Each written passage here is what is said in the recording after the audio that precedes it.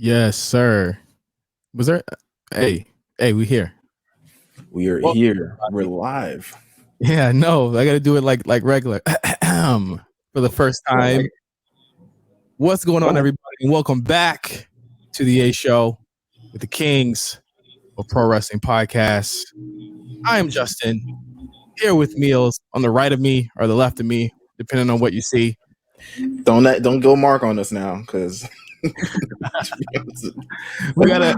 This is a very special show, so we had to get a very special guest who helped put a lot of this shit together for us tonight. Our guy, my man MC, what's happening? I was feeling good at first, but this comment section is just unbelievable. These ones in here, come on, y'all. We're better than this. Come on now.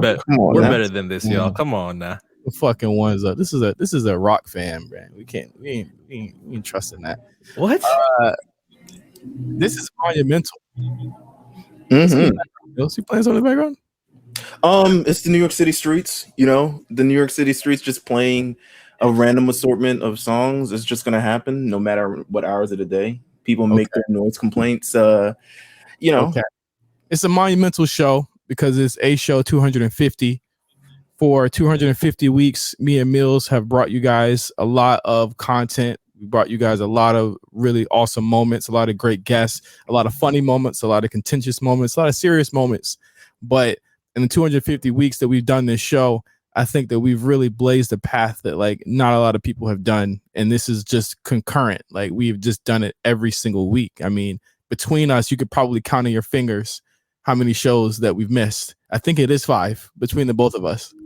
Nah, it's got to be more than 5 for me. I definitely took like a whole month off that one time, and thankfully Mark was there. You know what I'm saying? Well, no, I took like 2 fingers. Probably 2 fingers. Two hands. Do we ever get the answer as to where you really went those 2 weeks when we did 205 and live? We can get the answer now because this is the 250th episode. Okay, where'd you? Yeah, I think we can need an answer as to where you really were. Where'd I go? I was at home. I was burnt the fuck out. I walked out. I pulled my Sasha before Sasha put Sasha. I walked out of the biz. Sorry. Hate to see it. But I was definitely burnt out those weeks. I couldn't do the show anymore. Between that, I was doing It's a Challenge. I was doing The Lookout. I was doing something else. I was OD burnt out that week, those things. So I was just like, you know what? But you know what? It's a community, you know what I'm saying? Because you guys hopped in, Cyrus hopped in, Mark, you hopped in, everybody hopped in to make sure that like I was good. If you hear music in the background, you're just gonna hear music in the background. I don't know. Listen, man, but that's neither here nor there because we were there for the listeners, and I want to thank everybody that's listening and watching right now. Obviously, this will be up tomorrow. But, at the end of the day, we're I just see so much love, man. Thanks to DMV fan, Novak. I'm naming it as I see it. You know what I'm saying? I just see Drip in here. What's up, Drip? Thank you so much for pulling up on us. Johnny Barnes, man, this is crazy. You know what I mean? And it feels great to be here. You know what I mean? And we're gonna have a couple special guests. We're gonna have a differently. The show is gonna move a lot differently. Does everybody fuck with the stream? Does everybody like this? Like, does everybody like? I hope people do, because it's different. It's different. I've never looked at Justin while really. I have. I mean, we've done like guests and stuff like that, but I don't actively like look at Justin while we're recording the show. We kind of just like that improved our mental telepathy. You know what I'm saying? We are closer than brothers now because we don't see each other while we do the show. So there's no cues I have to think. The thing is that we could have easily been doing this on video. We could easily do it. You know what I'm saying? But I think we're so used to not doing it that like, it just is what it is. First of all, audio is a different experience. So we can create that thing. Like I admire most podcasts. We don't always have to do video. It don't always have to be the Joe Budden podcast. You know what I'm saying? Like, and even then they don't do anything interesting in video except if just, Joe Budden is just like something along those lines or do something or yells at Maul or Rory or whoever the hell is on the show at this point. So I don't know. There's something about the experience of audio that like it's still there for me. Like I can't shake it. Speaking of audio, it sounds like popcorn is being made somewhere. I don't know who that is. I don't know where that is. Oh, it's Meelz. No crib. Oh, my bad. Sorry. It's Meelz. He's cooked. Anyway, let's try and go through the show regularly. I'm going through a little bit of a crisis right now. I don't know if anyone you can low key see it now. I'm moving. So since when? I don't know. I don't know. Since when? I've heard nothing about this. I'm moving. Well, here's the thing, bro. You got Solid Snake behind you in the little box. Like, what the fuck? Like, no, that's actually Unicorn Gundam. Hold on. Oh wow. Oh, I scared the dogs. That's Unicorn Gundam right here. You can't even see it. Oh shit. Okay. Yeah. Right. Turn that up. Yeah. And then I guess everyone gets to see him. Come here. And then you got the homies here. You got Roman here. He's always here when I gets to really see him. But I remember the first time when you got him early and he had all those abandonment issues and we couldn't do the show without him being on your lap or farting on you or something along the lines. He's such a fucking nerd. By the way, Evan Stokes says the allegations return. Of course. There ain't no allegations. Here goes Ray. Here's the youngest in charge. My little baby girl. The allegations girl. just keep stacking up because there's two of them at this point. Like, how do you get two dogs? Oh my god! But no, I'm moving. My wife said no. We actually haven't found a place. My wife said 30 days we're gonna find a place. I said all right. We'll see what's gonna happen at the end of the month. Jesus Christ. Yeah. So this is my life right now. This is how we're moving, man. I don't have a crib next to it is. Come on, man. I'm trying to just live just like y'all. I'm poor for real, man. I'm poor. Nappy Roots poor. Yeah. Anthony Hamilton poor. All my life I've been broke, but it really don't matter. All cap. All right, you guys are mean as hell. Listen, man. You see I'm wearing it. You know what I'm saying? Of course. Let's get to it. I'm wearing my cycle because I have to promote the lookout as well. But I have the shirt here. I have it here. I have it on my lap. Okay, let's go. Hey, A Show 250, A Show 5 years. It's the revenge tour, man.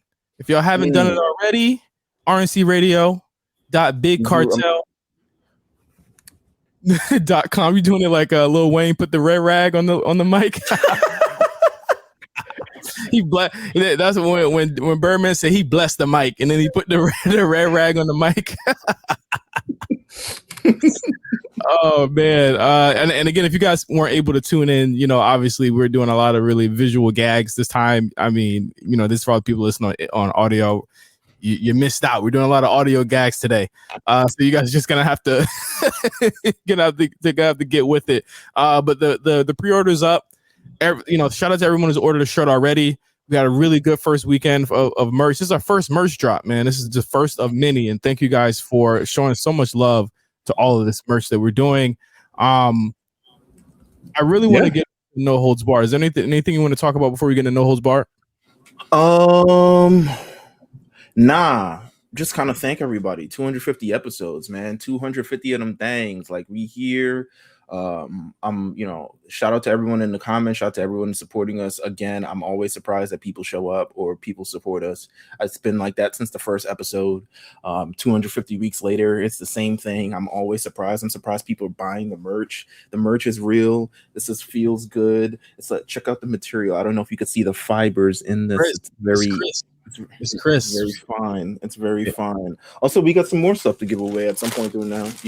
Oh yeah, we got something else. Shout out to my brother. Shout out to my brother Wale. We should do it before we hit the Raw section. Before we hit Raw. Yeah. You in your SmackDown chair? Do you always record in your SmackDown chair? Yeah, I always record in my SmackDown chair. This is a monumental day in my life. Wow. Yeah. Oh my God. Okay. It's my first. Do you know why? You know why the SmackDown is monumental, right? Not because it's the first time he got on Fox. It's because Kofi Kingston lost in like 10 seconds, and it was one of the greatest moments of my wrestling life.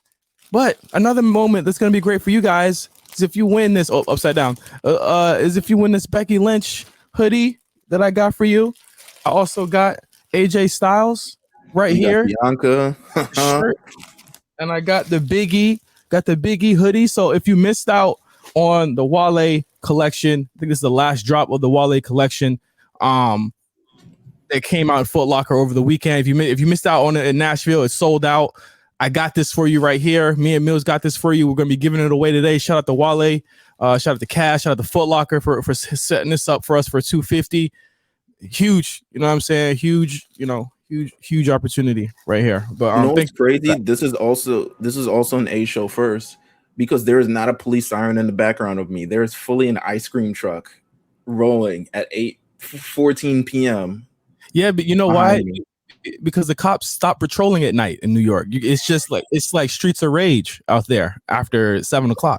So that's pretty much. Oh my god, Mr. Softy goes until 8:00. Listen, I mean, at this point, these New York streets, you might go 9, 10. You know, ain't no way you can get a Mr. Softy at 10:00. There's no way. 10:00 at night. I remember they used to sell gallons of milk. Like you could buy gallons of milk from the ice cream truck. You are down bad buying a 2% whole milk from the ice cream truck at 10:00 at night. Oh my god, Antonio says that's the drug truck. Absolutely, 100%. Bro. Shout out to Antonio Salgado, man. He's always been, a long time listener, man. Just super active in the community, man. Shout out to him. I think we got some special guests for No Holds Barred, though. Are they queued up? Oh, he is definitely in the building right now. I'm hesitant to bring him up because I can already see just from our preview right here, he seems a little demonic coming into this A Show 250 right now. Let's make sure that we bring him up on stream because I want to see what's on his mind right now. Armon Sadler from the Rewriters Room. What's up, bro? What's up, fellas? How y'all feeling? Happy 250. Shout out to y'all for real. Happy 250. Thank you, brother. Amazing. You been sipping on something? Nah. I worked out today, so I'm just adrenaline is up. I'm good though. I'm good. Hey, let me ask you a question. What's up? Let me ask you a question. Did you get your ticket? Ticket to the Revenge Tour? Yeah. Of course I did. Yeah. Okay, all right. See, I'm the allegations. Listen, the allegations is not. So there's been. Go ahead. I was like, people probably just threw theirs out. Like J5 was right. People probably just threw theirs out. Like that's it. Listen, it was very clearly there's been a lot of talk in the A Show private Discord between the shows and stuff because I sent the first people who got the shirts were obviously Justin, Armon, Channing, CC, Quan, Cyrus. But Quan and Cyrus swear I never sent them a ticket. They swear I never sent them the ticket. Everyone who gets it, they're gonna get their tickets to the the Revenge Tour and all this other stuff. They swear I haven't sent them a ticket. I swear I sent them a ticket because every ticket is numbered and the numbers are missing. Yeah. But they ain't got the ticket. Deon too. Deon trying to put my name in dirt out there. Like it's crazy, bro. Like listen, come on, man. Deon wouldn't do that. Deon would do that. Deon would do that. Yeah. Deon would 100% do that. Do you want to talk about Sid's comment right here that says more wealth is on the screen, Armon? Would you care to comment? I don't know what he's referring to. I am nothing but a humble servant. Like I just be chilling, bro. Humble servant. Y'all are so cap. And I think we're gonna need answers from Deon too. Deon, what's going on? What's going on with these accusations? Hold up now. What's good? Why are you wearing that? Again? Oh man. Listen, this man got the cake. I got the package 3 weeks ago. Okay. Now normally I do a weird thing where if I'm not gonna wear it at the time, I'm not gonna open it because I already know what it is. That sounds. It could be termites living in there for the next 3 weeks. I don't know what the hell. That seems like a you problem. And I told Mills I was gonna wear it on Raw. He said, "Oh, that's great. Okay." So when I open it, I'm looking. I remember what Cyrus and Quan said. They didn't get a ticket, and Mills was like, "Well, them niggas probably doing the way." And J5 was like, "Yeah." I was like, "Okay, cool." Maybe hey, I don't want to jump in this because this had nothing to do with me. To be fair, I almost threw it away because I almost threw it away. I did have tickets though. Yeah, and so I'll go. I'm literally trying to look. I don't find nothing but air. I was like, "Okay, hold on." Did y'all eat it? I didn't eat them tickets. Shit, I got my ticket. My ticket is nice and cozy right here. I don't know what y'all do with yours. I'll be ripping through the packaging, not me. I'll be taking my time with my t-shirt. You know what I'm saying? Savages. Yeah, exactly. I guess, Mark. But so I was confused. I thought my tickets was gonna be in there. So I told Meelz, I was like, "Yo, you tripping, bro? I don't know. They might be right. I didn't get mine." And Cyrus like, "Shake the shirt just to make sure." I said, "Okay, I'm gonna shake the shirt." I shake the shirt. All I told Meelz was like, "Yo, I don't have it. I didn't say I needed the tickets back. I didn't say you was. I just say yo, I didn't get it." He's talking about something. What kind of nigga opens a package in 3 weeks anyways? I was like, I can't be responsible for anything. Like you said, 3 weeks. It's like there's the warranty date. You know what I'm saying? You open the package a month later, warranty already run out. Like you can't return it back. I'm not asking for 7 a return. days. I didn't even 7 day guarantee. Did I ask for a return? I didn't ask for no return. From what I heard, no. All I said was, Meelz, I didn't get mine. I didn't ask for tickets. I didn't ask for another shirt. This nigga just going crazy on me. Well, that reminds me of the time. That reminds me of the time that Meelz told me to shut the fuck up. You know what I mean? And I just want to that on the show. I just want to remind everybody that Meelz told me to shut the fuck up. So that did happen for no reason. Recently. For no reason. That's how he treats me, y'all. That's how he treats me. I usually cut it out. I left it in that episode. But hey, no holds barred. Thank you, brothers, for being on the show. We got a lot to talk about. So, Triple H, his first week as head of creative for WWE. He took over 2 weeks ago after the retirement of Vince McMahon. What a monumental first week that he had. He had to not only do a Big Four weekend in Nashville, but he had to do a SmackDown, SummerSlam, and Raw on his first week of the job. Now, if this is not throwing you to the wolves, I don't know what it is. Record high ratings already for Raw. Universally positive reception on SummerSlam. And you know what I'm saying? A sense of a change that was coming on SmackDown. We won't be able to see that until this week. The actual ramifications of everything. That was a go home show. It's really tough to see. You know what I'm saying? What more creative you could get with everything's pretty much already figured out. What did you guys think about Triple H's first week as head of creative? Of course, he's the head of creative. He's working with Bruce Pritchard and all the writers on all the shows. What do you guys think? Deon. First of all, before we go, just be clear. MC, put it back on the screen. Put it back on the screen if you can, please. And if you're not watching this, you're hearing this in audio. This is the most Connecticut ass white woman smile that I've ever seen in my life. Like it's the most by far. I just had to bring that up. It's definitely Greenwich-ish. It's definitely Greenwich-ish, I will say. Absolutely. All right, Deon, do your thing. If this was Triple H first week on the job and he comes out like this, SmackDown, SummerSlam, and Raw, as a great rap group once said on Culture, you niggas in trouble. You niggas are in trouble. This man positioned, first of all, a lot of these women in like significant roles, like Bailey, obviously Bianca, you know, you got Dakota Kai returning. I know y'all gonna talk about that later. And you know, Io Sky, they look like powerful. They look like a real team, a real group that's gonna like tear stuff up. And then you got someone like Ciampa, like who did not run from the grind. Kept staying by the side of Meelz, and now Miz. I mean, he might as well be the same my person. side. I know that's right. Be the same person. But he stayed low and build, and now he has a #1 contender shot against Bobby Lashley's U.S. title. Like, I mean, just all the other stuff around him, man. Like, he just did a great job, and I feel like a lot of people are excited to see what he comes up with. And it does seem like a collaborative effort, like, you know, he's been saying, you know, and a lot of people haven't been this excited about Raw or about SmackDown in a while. So this is really a good sign. So I just hope that he keeps it up. You know, I just can't wait to see what happens next. Yeah, I mean, you know, the feeling was different. I think that out of everything, and you know, it's yet to be seen if this momentum can carry on. I have no reason to believe that it won't. Especially in terms of like SmackDown, which always pretty much runs the same numbers, but it was a different feel. I felt as though, you know, the sign was, or the sources say in several outlets that this was supposed to be a statement weekend where he was making a statement in SummerSlam and Raw. Meelz, do you think that he made that statement? I think Triple H I mean, for his first week, I think even in terms of kind of like how he handled things with, I mean, he's there at the tryouts. They're doing like their version of media scrums where they like trot out everybody and then they can do kind of, so he's answering questions to the best of his ability. I know he answered that one question. Like, that one guy was like, how do you think this will be different than Vince McMahon things? And he was like, just wait and find out. And he was like, wait, that's not the answer we wanted. He's like, I bet, motherfucker.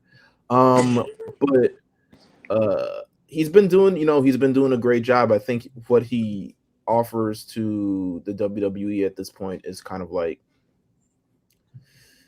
just a fresh outlook and seeing, and especially for knowing a lot of these wrestlers in the NXT, which we always fear was like, oh, okay, maybe the disconnect between the main roster and NXT, and you may not see Vince McMahon may not have seen Ciampa's 5-year stint where he was the guy in NXT, but Triple H absolutely knows his strengths and his weaknesses.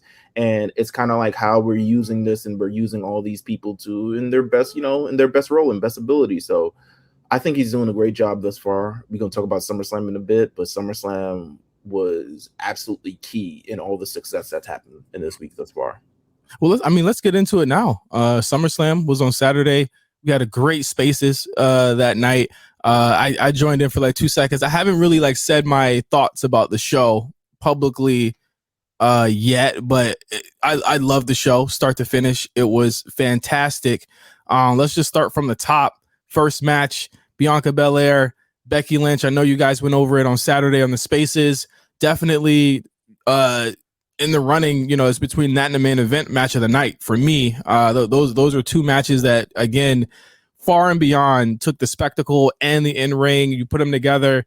I think there's no doubt about it that Bianca is here in terms of being just a real ring general and what she's doing. Like, there's really nobody like her. And Becky Lynch, I mean, stamp her for this year run. Stamp her here for it to start literally a year ago and not end, but end here, and then her be injured is kind of crazy and poetic in a way, because it's a capstone to the character work that she had to do, and how that ended with that match. I thought it was just fantastic, and how bittersweet that she unfortunately had a separated shoulder coming out of that match. Really early in the match, she got the separated shoulder and wrestled through 20 plus minutes with that separated shoulder, and did the post-match thing where she had to lift her arm and do this. Shout out to her, man. Like, she really went crazy. But as Bianca wins, holding her title up, you get the handshake, the hug from Becky. Great moment. I popped for that moment. Bayley comes back, and it's like, okay, we knew it was coming close. We knew she was on the way. Then Dakota Kai comes out, and it's like, what's your face like? What is your mood like, Armon, when Dakota Kai comes out? Man, it was genuine shock, because a lot of us were upset when it seemed like she was going to be leaving for however long. We definitely hoped that she would return. So her coming back, linking up with Bayley, is just incredible, because I think we said in the Discord before, like, another step in Bayley really just maximizing this heel character that she's been is having a full faction. Her and Sasha were a good team, but Bayley having people like around her that do her dirty work that she can mentor and help introduce to the main roster, because it's one thing for Dakota to come up by herself, but to come up and be teamed up with Bayley, that shit's fire. It was an amazing moment. Let's get right back down to it. Io Shirai comes out. I'm sorry, not Io Shirai, Io Sky. Okay, let me tell you, there's been no name. Still said Io Shirai. I'll tell you that. There's been no name that's been tougher for these announcers to pronounce and get right than Io Sky. Corey Graves fucked it up last night like twice. Jimmy Smith just won't stop calling her Shirai, but she does debut at SummerSlam, and I think that at that moment, if you didn't know who these women were, the crowd knew. They were all in on this. They fuck with it. Bayley has a new stable, and we'll talk about that when we talk about Raw a little later on. But I mean, we got to get to the main event here. Another really fucking great match.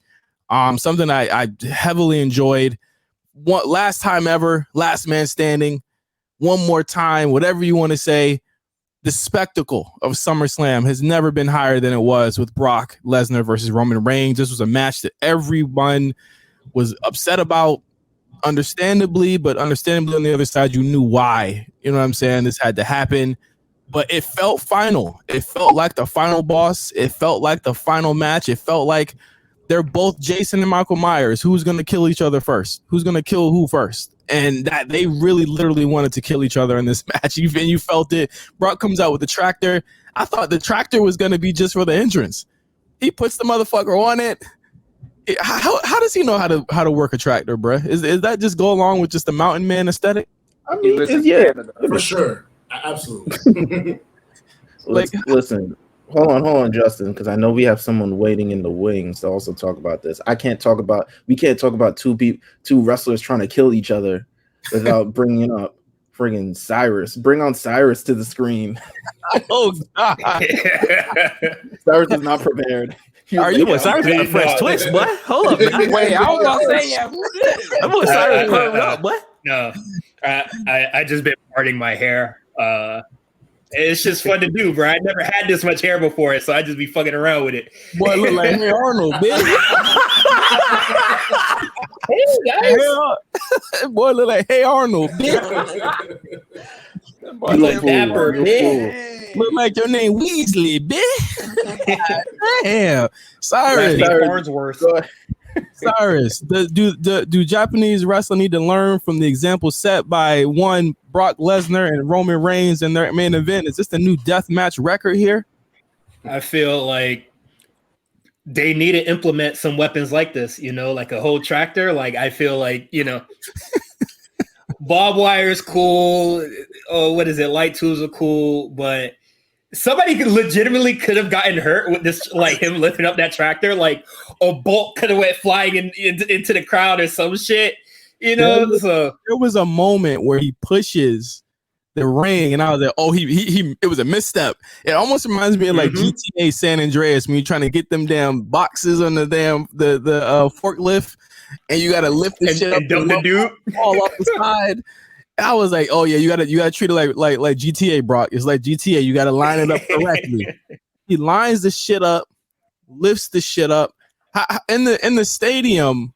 And anyone who was there, let me know. I don't know where you guys were sitting. Like, that really fucked up your view, right? Because at one point, because of that, they were only wrestling to one side of the arena, so you pretty much had to like watch on the Titans on the Tron, right? Like, I know that in the stadium that must have been tough, but that happens. You get Theory come out. Theory comes out, and stupid Theory, bro. I said last week they were way too horny to talk about the cash, and it's going to happen in some way, shape, or form. It happens, and it plays into the ending of the match. This is storytelling, and again, I don't know. We don't know creatively who comes up with all this stuff at the end of the day, but it was like this was a great way to get him out there and make it seem like he was going to cash in. I don't know how it was going to work because it's the last. It wasn't. It added to the drama of the match. I'll say that. I think it added to the overall the drama of the match. Just including when you include anytime there's a cash in or at least a threat for a cash in, I think people's interest peak just in general. So when he's running down to do the cash in, and both Roman, I mean, you look at the ring, you look at outside. Brock has laid out pretty much everybody, including Paul Heyman. Roman Reigns is also out on the ground, and you see Theory just trying to wedge his way in it. How does he get it? I mean, does it become a 3-way last man standing match? We'll never know at this point. Yeah. But the tease was there, and the fact that was there, which was the perfect part. Yeah, it was perfect, and Brock hits him with the F5. And actually, we got some comments from people that were in the arena. DMV fan, his first wrestling show, I believe, was at SummerSlam. What a fucking show to go to. He said everybody was screaming, holy shit. He had to look at the screen. Jalen said, not from where he was sitting. Sid, shout out to Sid. He said entirely had to look up at the screen. He's, apparently it just depends on where you was at. You know what I'm saying? If you can see it or not. Boys have money. Especially Kirk Jalen, you know what I'm saying? He got money. Jalen, for y'all, he is the rich nigga. Like, the allegations are clear. Very Deon, you look so threatening with that do-rag on, sir. Can you back away from the camera, sir? Do you have a knife on you, my man? Anyway, I had to use my phone. I don't know what y'all talking about, man. I be moving. You feel me? So I'm no longer threatening, guys. Trust me. I'm letting my do-rag cape flow and all. Hey, if you in the Discord and you watching this right now, drop some crosses in the chat for Jalen. Shout out to him. You're watching and listening to A Show 250. Thank you guys for joining in. End of the show ends with Roman in a poetic sense hitting Brock with both titles and then saying, "You don't belong here.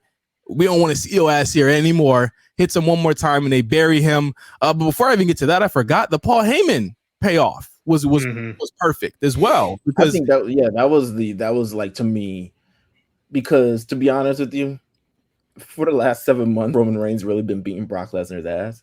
Yeah. But to see Brock Lesnar finally hit that F5 on Paul Heyman, it was like at least you got something from this match, especially if you are a Brock fan and if you were betting on Brock or something on Brock, you definitely at least got that of, Brock Lesnar F5ing Paul Heyman through a table, which is like, whoa. Like, and the visual is crazy. Shout out to Paul, who I know he don't got good hips, man. He took that bump, man. He really did that, and shout out to him. But Roman sends Brock out the territory. I thought a great show, great ending to the show. We knew that this was going to happen. We knew that Roman was he's going to go into Clash of the Castle as champion. I'm sorry, there's just there's no way around it. But the way they got here, to me, in terms of his title defenses, there was no title defense that he had ever had that I felt as though, okay, he could realistically lose this, because there were so many moments that I felt as though it could happen, but there was actually danger there. There was concern. There was worry. I mean, Brock flipped the whole ring to try and beat this guy. You know what I mean? And I think that they have a large undertaking to make Drew look as though he can do that in a month or so. But for what it is right now, Roman is still the undisputed champion of WWE, and that's where he stands. I love the show. But hey, quick question: what's your match of the night? How about that?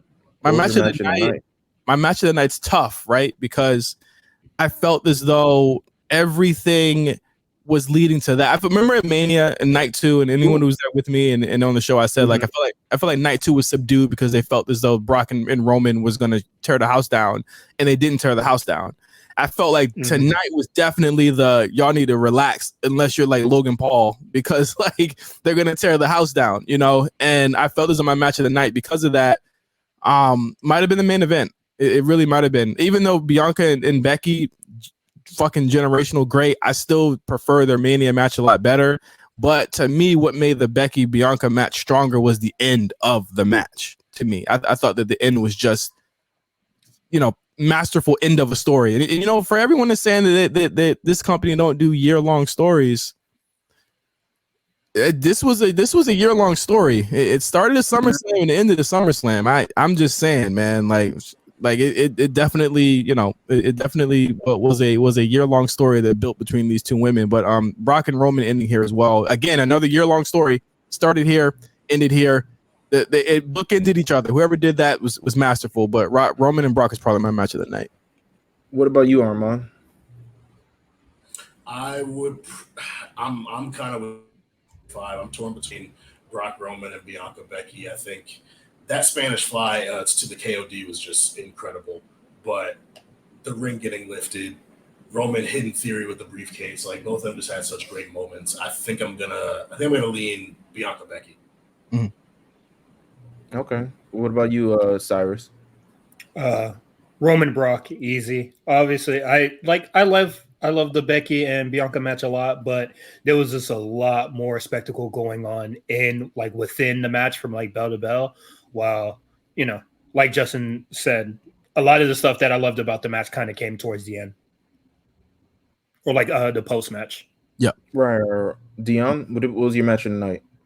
I want to give a quick shout out to Bianca and Becky, because what a story, what a feud. Honestly, to me, probably one of the best women's feuds of all time since probably Sasha Bailey, in my opinion.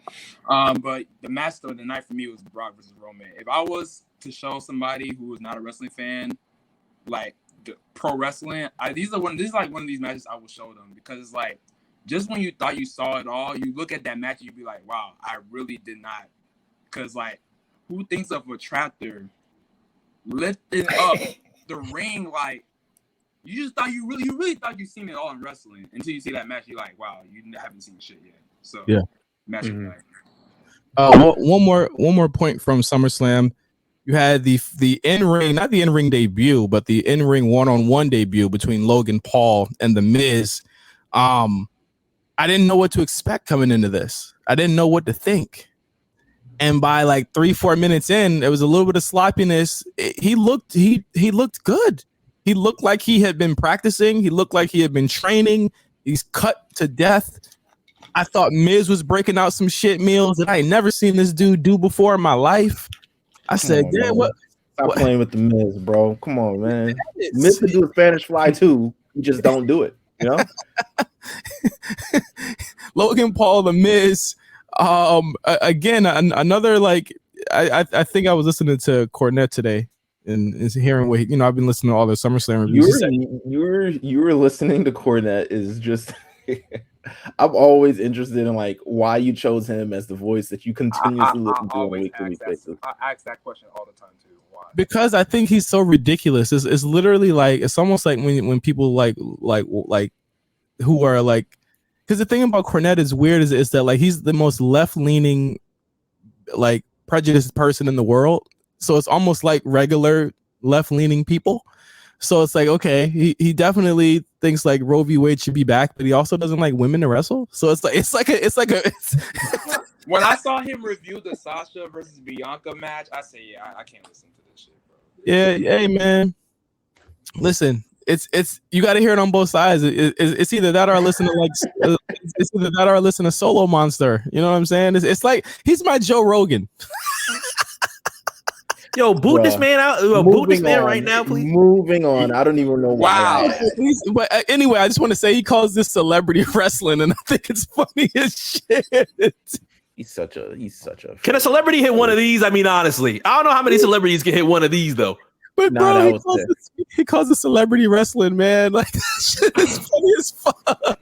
That's not funny. Like that's just literally what it is. Like Miz is a celebrity too. Listen, man. Listen. Hey, Meelz, you better swing for your dog now. MVP of this match is Maurice. How about that? MVP of the match is definitely Logan Paul. But let's like to tap into like really where what was good. Like I like that they loosened the rules here because you ain't going through no damn. That's a DQ. You're going through a goddamn table in the match, bro. Like come on, it's man. It's actually not because you didn't use the table as a weapon. You just like. It's not like you hit him with the table. So if you hit him with something, and if you throw them into the steps, it's not a DQ. But I think if you hit them with the steps, it's a DQ. Yeah. I'm not sure. Celebrity wrestling. Bro, you gotta admit, celebrity wrestling is funny as fuck. Like, come on, man. Hey, come on, Cal. He is, man. He's my Joe. I'm glad you find it funny. I'm glad you find it. You have at least one. There's niggas that listen to Chris Brown. We're gonna talk to one a little bit later. But hey, man, buy our merch, please, while you can. Please buy the A Show merch. RNCRadio.com. No lie. Miz put his working boots on. Logan Paul put his working boots on as well. He gets the W. What's next for Logan Paul? He came out on Monday and said he signed a multi-deal or multi-match, multi-year deal with WWE. He said, this is. I think I found my calling. Where do we see him next? Survivor Series? Royal Rumble? Royal Rumble's a lot. Everyone who gets the bag. That's what everyone who gets the bag says. I think I found my calling. Like, I don't have to wrestle for 200 days to be a wrestler. That's like my dream. Like, let's say we become celebrity wrestlers, right? Like me and you. Somehow this podcast goes to some stadium status type shit, and we become wrestlers. We don't have to be in the PC Monday, Tuesday, Wednesday, and Friday. You know what I'm saying? Like, we can just learn to wrestle for about 6 months, go out and wrestle, and make a bunch of money. So everyone who says that, Bad Bunny, I'm sure, is like, yo, this is the dream. I can't believe it. But Bad Bunny only has to do it once per year. Barely. You know? But God bless him. Listen, nonetheless, I forgot what you were saying. Go ahead. I'm just saying celebrity wrestling, man. Okay. No, Logan Paul, I could see him next with I don't know. KO's not a heel, is he? No? Oh wow, that would be fire because you have to have a lot of gaga and BS in Logan Paul matches, right? He can't. Right. He's not a 15-year vet. He's not a 5-year vet. He has to be in there with guys that can take the bumps, but also know how to work. KO is actually a good ass idea, because I would feel like if Miz starts to slide out of the celebrity wrestling viewpoint, KO to me is the next natural thing, because he'll bump for anyone, and Sammy will bump for anyone at this point. And I think that, he was already involved with these two anyway. Yeah, right? There's a story behind it. Yeah. Yeah. He's done Logan at WrestleMania. Logan could be coming back for all his ops. I mean, this is true. This is I very, think very the true. best thing that you could do is to start the Impossible stable and have a bunch of celebrity wrestlers on the stable. And he has like some That's real a terrible idea. Sort of like, hear me out. Sort of like what Pat McAfee was going to do when they turned him heel in NXT, and he had a stable of like shooters with him, and then they had their own crew. This is Triple H booking again. He could realistically do that. He could bring that story back. Don't nobody watch NXT. Don't nobody remember that shit. That was COVID era. I just remember that crew went to War Games. That's insane.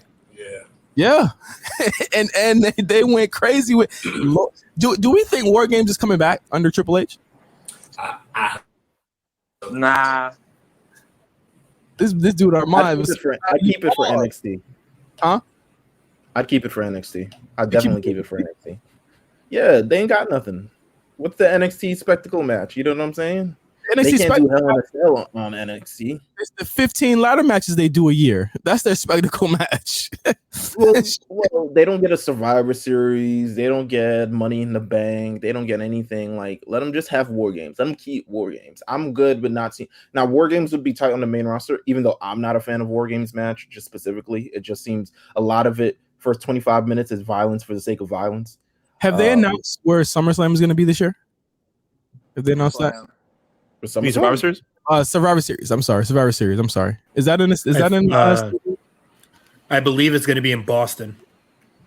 Where's that at? MC? If you could find that for us, please. Boston, right, the TD Arena. That's the only reason. TD Garden. TD Garden is where Survivor Series is going to be this year. Yeah, I would feel like I made it. I would do it there. I would do a War Games there. You're going to realistically sell that out immediately if you say there's going to be War Games. Oh, Antonio Logan bring out Gary V. Celebrity wrestling, man. Okay. Celebrity wrestling. Cornette was right, bro. Terrible idea. But even if War Games did stay in 2.0, who would you want to see in War Games this year? Please save me from the Legato, Tony D'Angelo War Games. Hey, we said that shit the last War Games they had. So there is no. You can't even be surprised. But that made more sense though. They've burnt out all those matchups. Triple H was head of creative when they were doing that. He could just bring that onto Survivor Series, and what if they made it so that one person could pick their team from any brand, from any roster? You could bring 2.0 people in there at that point. Because the thing is, with H there now, we don't ever got to worry about there being a cognitive dissonance between main roster not understanding what NXT is. They're already with 2.0. They're already understanding what these characters are now. Even when they get called up, there's very little change to them at this point. You know what I'm saying? So like, I can't believe Cyrus is drinking a Mountain Dew right in front of me on the A Show. I can't believe it. The fuck they got to do with you? What's wrong with that? Mountain Dew's disgusting. What the fuck? I don't give a shit. Oh, Mountain Dew saved me in Dallas, boy. Mountain Dew saved me in Dallas. Delicious, nigga. Mountain Dew's disgusting. Go on. It helped his hair grow. Apparently. Bro. Hey man, DMV fan said, why do I have all these big brain ideas for Logan Paul? Because I am a Logan Paul believer. I think he could be a fantastic heel. The thing about it is that they were booing him until he started going crazy in the match. I still think there's some heat to be had with making him a heel. I do think that as much as I like the match, he was miscast against The Miz. I think that was not a good casting. I honestly think AJ Styles would have been a better casting, and he would have been the biggest heel, one of the biggest heels in the damn stadium that night if it had been AJ versus Logan Paul. It could still happen. Who knows? But I think that there's a lot of really fun things you could do with Logan Paul. There's a lot of really fun things you could do with War Games as well. If Triple H calls that back up to the main roster, a lot of the people there probably already worked the match anyway. You could get Ciampa in there. There's probably going to be somebody called up for the draft. It would make sense. I'm really interested to see what they do, but who knows? Did you see the Ital tweet that I'm still laughing at that said Bad Bunny versus Logan Paul at WrestleMania is going to be Austin Rock at 17? Yeah. Yeah. Man, I want that match more than anything. There is no way the Bad Bunny is out right now seeing this shit and being like, yo, what the fuck? Like, he looking at this shit like, yo, come on, man. Celebrity wrestling. Celebrity wrestling, man. You see the vision, man. I'm rocking with it. But one more thing really quick, because we got to move to our next segment. Ric Flair had his final match on Jesus Christ, this picture on Sunday. It was if SummerSlam was a spectacle, I don't know what the opposite of this was. Andrade Idolo and Ric Flair, of course, his son-in-law and his father-in-law, versus was it Jay Lethal and Jeff Jarrett, right? Yes. So he had his final match, and if the clips that I seen are to be believed, this motherfucker looked like he was completely in a comatose state, out of it for at least half of the match. Who watched it, and what did you guys think?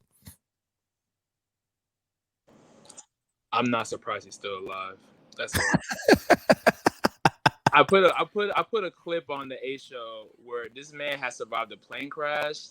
He survived lightning almost striking on him. He survived plenty of other near-death experiences. I don't know. I'm not surprised this man is still alive. I don't acknowledge Ric Flair post 2008. I don't even know who that is. So that's all I have to say. The match went a good 15, 20 minutes, I think. You had all the regular Flair spots. You had Flair bleeding, which I don't think that a man his age should be cutting himself on the head or especially touching other people with his blood. Shout out to Sid. Yes, someone should be in jail for allowing that shit. I just see all of this people saying incredibly proud. I'm proud of you. Here's my thing, man. If the E wasn't gonna throw you the bag, but the thing is, he probably got a bag just doing that on Sunday. That was the last probably huge bag he's ever gonna get in terms of wrestling. But it's just, is this how we envision Ric Flair going out? Did you feel as though the WrestleMania match was where it really should have ended at? Here's the thing. So I was muted for a while because there was a car alarm going off. I'm not sure who's breaking into whose car. No cops. However, no cops. I watched the match. I did watch the match. It was one of the most. What makes wrestling not seem real at all? Is when you're overselling for a 70-plus-year-old guy who can barely move in the ring. Like when he's chopping the shit out of you and you're bouncing up and down and left and right and moving to the, like, there's so much stuff. I want to give props to Jeff Jarrett, who there's not a bag too far that this man will not get. If he has to murder Ric Flair, he'll murder Ric Flair. If he have to die for Ric Flair, he has to die for Ric Flair. Did you know how the match ended, Justin? Didn't he try and do the figure four and then he laid down because he was tired and they pinned Jeff Jarrett for some reason? And that's exactly how it happened. They had Undertaker in attendance. Mick Foley was in attendance. Bret Hart and his black wife was in attendance. Like, I was just like, how can you guys watch this? How can Charlotte luckily was not in attendance? Maybe she was watching from the back. Maybe she was watching from somewhere else. I don't know. They tried to get Instagram something from her account. I saw she might have been there. They have Ric Flair's other daughter there who's trying to get into it as well. And then Conrad himself even got into it. He threw a pair of brass knucks in the ring for Ric Flair. He's always wanted to do some shit like that. He's always wanted to do some shit like that. Like this match to me I was like, damn, why are we watching this? Like, why is this a thing? I'm sure everyone got a bag on that show. Everyone wrestled on that show. They had a lot of set matches. Shout out to everyone who's the pre-card for this. But if we keep doing these spectacle shows, I'm just glad this is the last one. It really looks like the last one. The blood was not necessary. There was that point during I think Fight TV had a tweet where it was like, Ric Flair admitted, like, I passed out for a second. Like, you can see him mouthing it to Andrade. Like, Bro, he got goddamn gout on his foot, bruh. He got gout on his foot, bruh. Come on, man. Mick Foley said it was better than Mick Foley's brain. We don't listen to Mick Foley. No, not at all. Here's my thing. What did Vince do to Mick Foley that's so bad that made him do? Actually, there's a lot of shit Vince probably did to that nigga that made him. A shoulder, teeth in his nose, electricity. That boy died for Vince, man. Jesus Christ! But all he got was 2 books. Ric Flair alive. I just saw a really, really good question from Darren Ezel. How long y'all think? How fast y'all think Rick gonna blow that money? It's already gone. It's gone already. My thing is that Ric Flair is definitely going to be wrestling again in like 3 years. Like he is following Terry Funk trajectory here. Like he's going to have a match in like some other time in like what is it in like AAA. If you go to GCW and I see him getting thrown on light tubes and shit. Yeah, Cena the GOAT. I'm like, nah, Cena the GOAT. Yeah, I'm not putting Flair up there. Nah, Cena definitely needs to get 17 after this, just to kind of like. Oh, absolutely.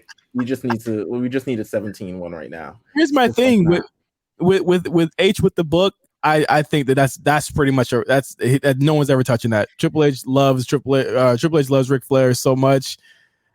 Ain't nobody getting 17. He's like, nah, I can't do that. Partner. Vince might have did it for some bread. Triple H ain't doing that shit. Vince would have sold Ric Flair out for a packed house. Haven't seen him win 17. But nah, Triple H ain't gonna do it like that. He gonna respect that nigga. So yeah, Ric Flair, happy retirement. Good riddance. Becky Lynch still better. L NBA young boy better L ratio. Becky better. L ratio. But that was no holds barred. I want to thank Deon and Cyrus and Armon for joining us for this conversation and being just some of the most, being the backbone again to this group and this platform and just having, so much great insight and just being around for this. Of course, the War Report comes out every single week. The Rewriters Room is back.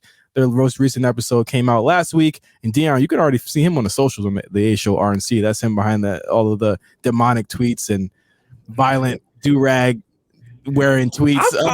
I've really calmed down on the tweets though. I've calmed down. I've come a long way, man. But that's good for you two guys always, taking me in and making sure that y'all lead me the right way as What? Are you on the floor? On the project floor?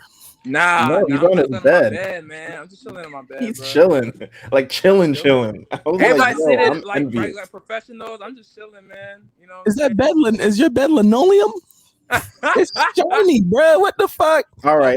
Come on, allegations. We don't need to do this. We don't need to bed shame. My bad, bro. It's not a bed shame. It looks like it's a shiny bed. Come on now. We don't need to do that. Shiny bed is rich. I'm not trying to go with him. Okay. All right. Anyway, I will see y'all later, man. Thank y'all for being on the show, man. Appreciate y'all. Thank you guys. All right. We got an announcement. Okay. We got an announcement. Oh, we got an announcement. Yeah. We got an announcement, guys. Do you see this? You see this photo? You know where this photo is from? That is from the WWE Draft 2002. So you know what this means? You know what this means? It means that officially on the A Show 250th episode, we are announcing that the Draft Diaries is coming to the A Show in September. It is coming in September. I have a date in mind, but I might change it. But it's coming this September. Patrons, you will get it early. But this is going to be actually the first set of diaries that we'll also feature on the main feed as well. We're gonna do both of it as well. So patrons, you're gonna get it early. And when I mean early, I mean early. It's not gonna be like A Show day before. You're gonna get it early. Everyone else, you're gonna get it when you get it. But we're we're figuring out like a delicate balance because I know a lot of people probably haven't subscribed to our Patreon. If you haven't, please do so. But we want to make it fair and make sure that people can get this as well. So you guys will get a little bit of a time tax on that. But patrons, of course, you're gonna get it early. I'll let you guys know. It is going from the draft 2002, and it's going all the way up to WrestleMania 19. So This is the final. This is going to be the final of the trilogy of the Invasion Diaries, X8 Diaries, and Draft Diary. So it's going to be there. It's going all the way to WrestleMania 19. I'm very happy. Mark, you're already penciled in for the episode where we talk about Hollywood Rock. Don't even worry about it. Oh, these are just legendary times, legendary moments. So I appreciate you including me. We're going to be talking about Austin walking out because it's very how you say that's big hair. We're going to talk about Austin walking out. We're going to talk about the rise of Brock Lesnar, the summer of Brock. We're going to talk about how the NWO kicked the bucket in a matter of weeks. I can't wait for that one. Can I be on Lethal Dose of Poison? Because that's ever since Vince retired, that has been the fucking promo I go back to. The Lethal Dose of fucking Poison. No, you gotta say it right. You gotta say a lethal dose of poison. You think I won't do it? Niggas think I won't push this button, nigga. Raw essentially when the World Championship came, which aka the Triple H show. Oh, brother. We're gonna talk about the SmackDown 6 and how that formed and who's the 6 and who is not in the 6 or something along those lines. We talk about Paul Heyman's SmackDown essentially. And everything built up to that, man, all the way up to WrestleMania 19. So the Draft Diaries is coming this September. Some of you guys that are in the comments, make sure you have your DMs open because there will be a call. I'm stretching out beyond. X8 Diaries was definitely a show presented. We're stretching our borders beyond that. Might be a few set of voices you may not have heard on the A Show network before. So will be interesting. It'll be very, very interesting. So make sure you guys tune into that. Is the Draft Diaries. It is coming this September. Speaking of voices that you have not heard before, we have a guest. Is he queued up? Oh, he's definitely in the building right now. The smile's already here, so I already see him very ready here. Oh man, look at my guy, Josh Pease. Hey, I'm tripping. I'm like seeing the little blur at the top of J5 show. I'm like, yeah, y'all be blurring out logos and shit in here. No. It's blurry because I got a bunch, we packing, so I got a bunch of boxes and shit in the background. But Josh Pease, co-host of the Blkprint and Blkprint Radio Amp. That's tomorrow. We gotta do that shit tomorrow. But man, what's up, yo? Man, what's good, man? I'm in the building, man. Off the top rope. Oh my god. Yo, Josh. All right. I've never talked wrestling with you. This is very, very interesting. What is your memories of wrestling? Just what's your favorite memories of wrestling from the past? This is such a very random ass memory. I remember 1, 2, 3 Kid was Sticks. Yeah. Sticks. I'll never forget, man. I was like, he wasn't in one of the video games I was playing. It's probably like WrestleMania 2000 or some shit. I don't know. It was one of these games where you could first start creating a player. And I remember it was late. It was probably like 11 o'clock, 12. It might have been midnight. I go to my mom and I'm like, Mom, how do you spell sticks? And she's like, huh? You asking how to spell sex? Like, what are you talking about?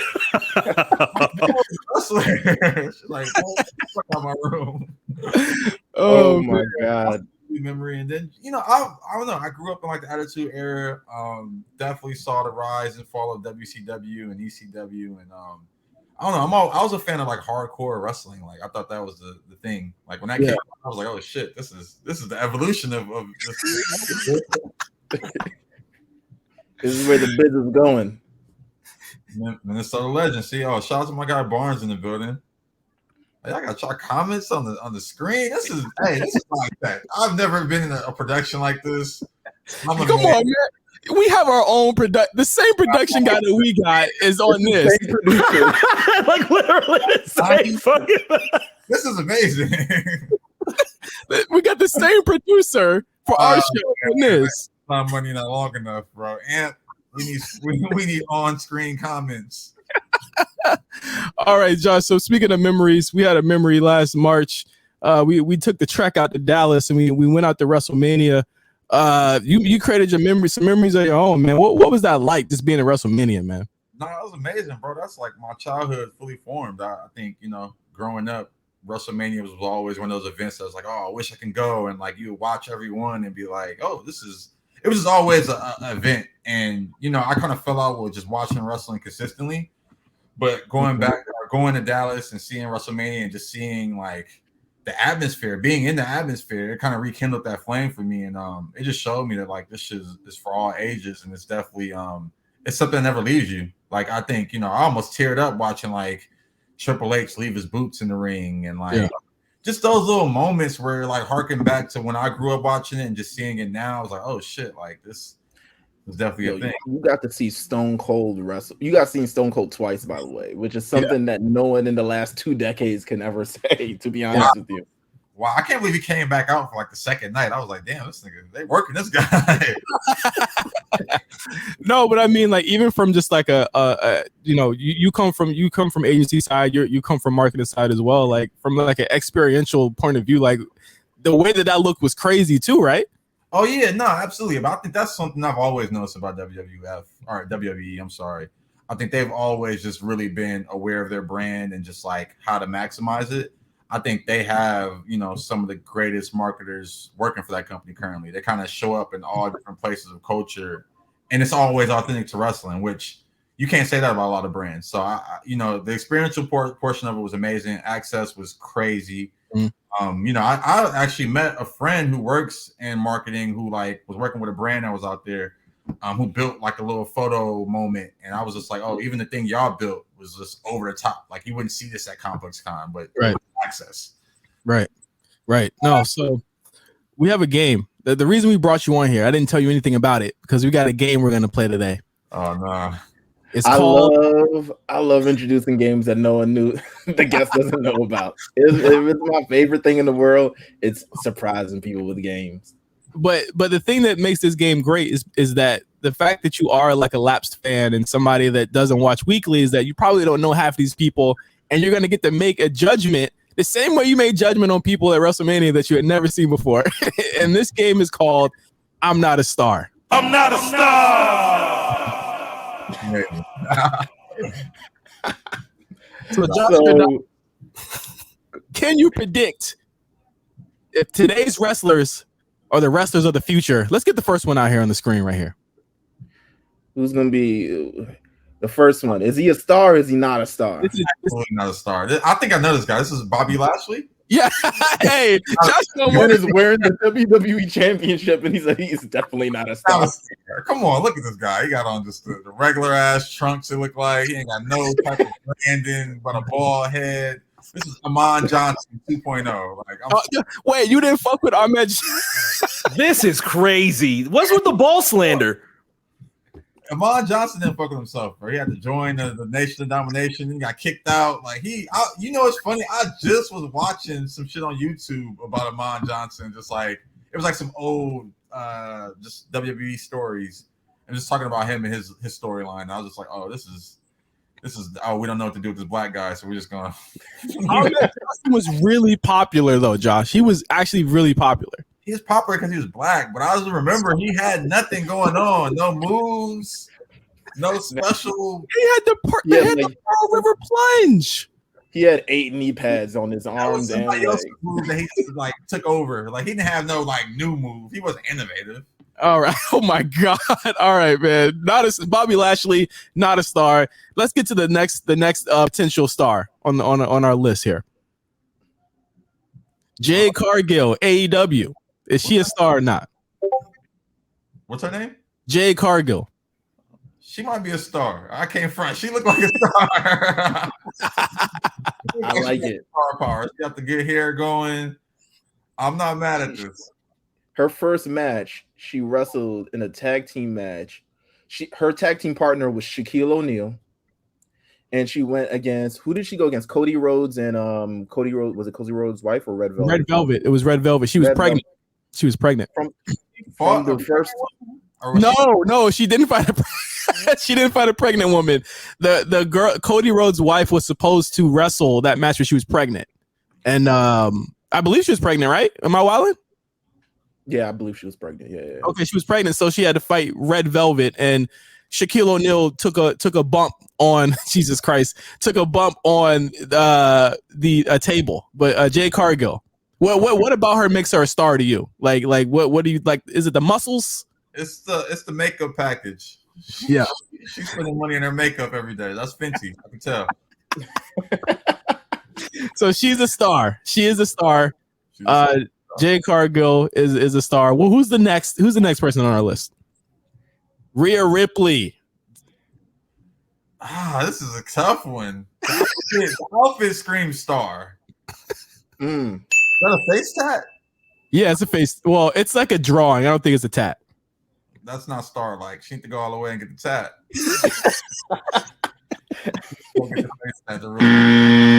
Yeah, she's not a star. Just she got the face. Oh. That's it? Is she in WWE or E or AEW? Yeah, she's in the E. She's in the E. She's in the E. Huh? Is she NXT? No, she's not NXT. She used to be. Okay. I mean, I can't front. I like the direction where wrestling is going, where you kind of have people who just feel like I feel like I've met her before. Like I've seen her at a club. Like she very much has a look at like, oh, like I'll be out. Like okay, we need to find Rhea Ripley and find out if she's going to be in the same clubs that Josh is going to be in. Because I'm gonna, you know, it's a house resurgence. I can see her like Escape or like Toxic. Not even Insomniac, one of them Insomniac events. I can see her there. So she's gonna be at what's it? Real Hardfest or Escape or the techno stage. So not a star, but in the club. Not a star, no. Okay, all right. Next person. That's crazy. Next person up. The Street Profits. Now you saw them at WrestleMania. Saw them. These niggas not stars. I'm sorry. Not stars. They should be stars for everything they stand for, but they entrance. So they had the entrance with all the frat stuff. Yeah. The frat balls and red cups. Yeah. Like, come on, man. Did you say frat balls? I mean, like the little ping pong ball. Golf ball that you do the you gotta play water pong and shit like that. Beer pong. Pong. There you go. They hold like it's funny. Like I don't know their whole origin story, but it feels like they came in on some frat shit, and then they were like, "Hold on, we need to pivot more gangster rap." Hey, you might be on the money, to be honest with you. If I was in college, they would be like Kappas. Wow. Well, actually, I think Montez might be one, right? Or no? He was in the military. But not even the guy on the right. The guy on the right, you don't think is a star? That they think that he's going to be a WWE champion. He got a star haircut. I can't front, but what about the other guy? You know what? You could have told me that was like Mero from Desus and Mero, and I'd be like, oh shit. Oh, come on now. What did he pop out? Like, not a star. Look like D'Lo Brown 2.0, actually. Wow. All right. Next picture, man. Austin Theory from WWE. Mr. Money in the Bank. Youngest Money in the Bank holder. I can just tell by his mouth. He's saying some star shit. He talking some shit right here. I can just tell just the haircut. Like, he looked like the G-Eazy of WWE. Like, he got the haircut. That's like a haircut you gotta get weekly. Like, he a star for sure. He got a Barbie on the road. Like, he's not one of them. So they have a barber backstage, by the way, just to let you know. They got an in-house barber. Here's the thing, Josh. WWE, they both think the same thing. He's poised to be WWE champion in the next year. It can happen. So he's a star. Next up. Did Vince also say, look at the mouth, he's talking that shit? I don't know if Vince said that. I don't know if Vince had that same quote. He was at WrestleMania, right? Yeah, he fought with Vince, remember? He fought Pat McAfee. Yeah, he a star for sure. He got this down. He got this. Orange Cassidy from AEW. Not a star.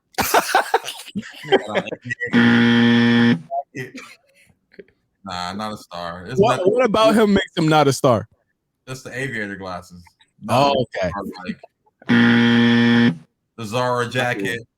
He looks like one of those like Las Feliz Echo Park type niggas. Yeah, like he looked like I don't know. He looked like the nigga that deliver your DoorDash, but on Saturday.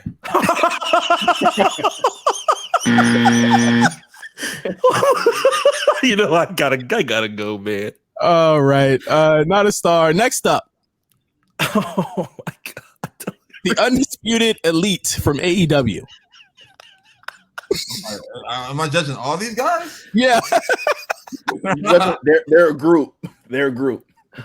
It's a star power in this group. okay. Who? They got some good faces going on here. Who's the which star? one calls out to you? The one second to the right. The right side of this picture, they look like a mean tag team. These are Wow. Okay. in front. Like Okay. right is menacing. The dude to the left got a look on him that look like he'll bite your ear off. Just like, yeah, these my goons. The niggas to the left, low key, kind of corny. They cornying it up a little bit, but the right side is strong. Wow. How about the middle? How about the middle? What's the middle look like? The middle, he look like a boss. He look like yeah, these my niggas. Okay. Okay. I could actually say if you would show me him by himself, I'd be like, he's a star for sure. If I were to show him by himself, you would see how small he is now. Who is he? What's his name? His name's Adam Cole. Adam Cole. Yeah. That wasn't that like an announcer?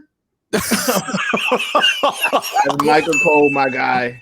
Oh, they not related. You know, these wrestlers can be related. No, they're not. They're not related. They're not related. They're not related. So now they are now. Shit. So I'll give you half for this because you said half of it is a star. Yeah. The young bucks are not stars, and I always hear their name though. That's them on the left.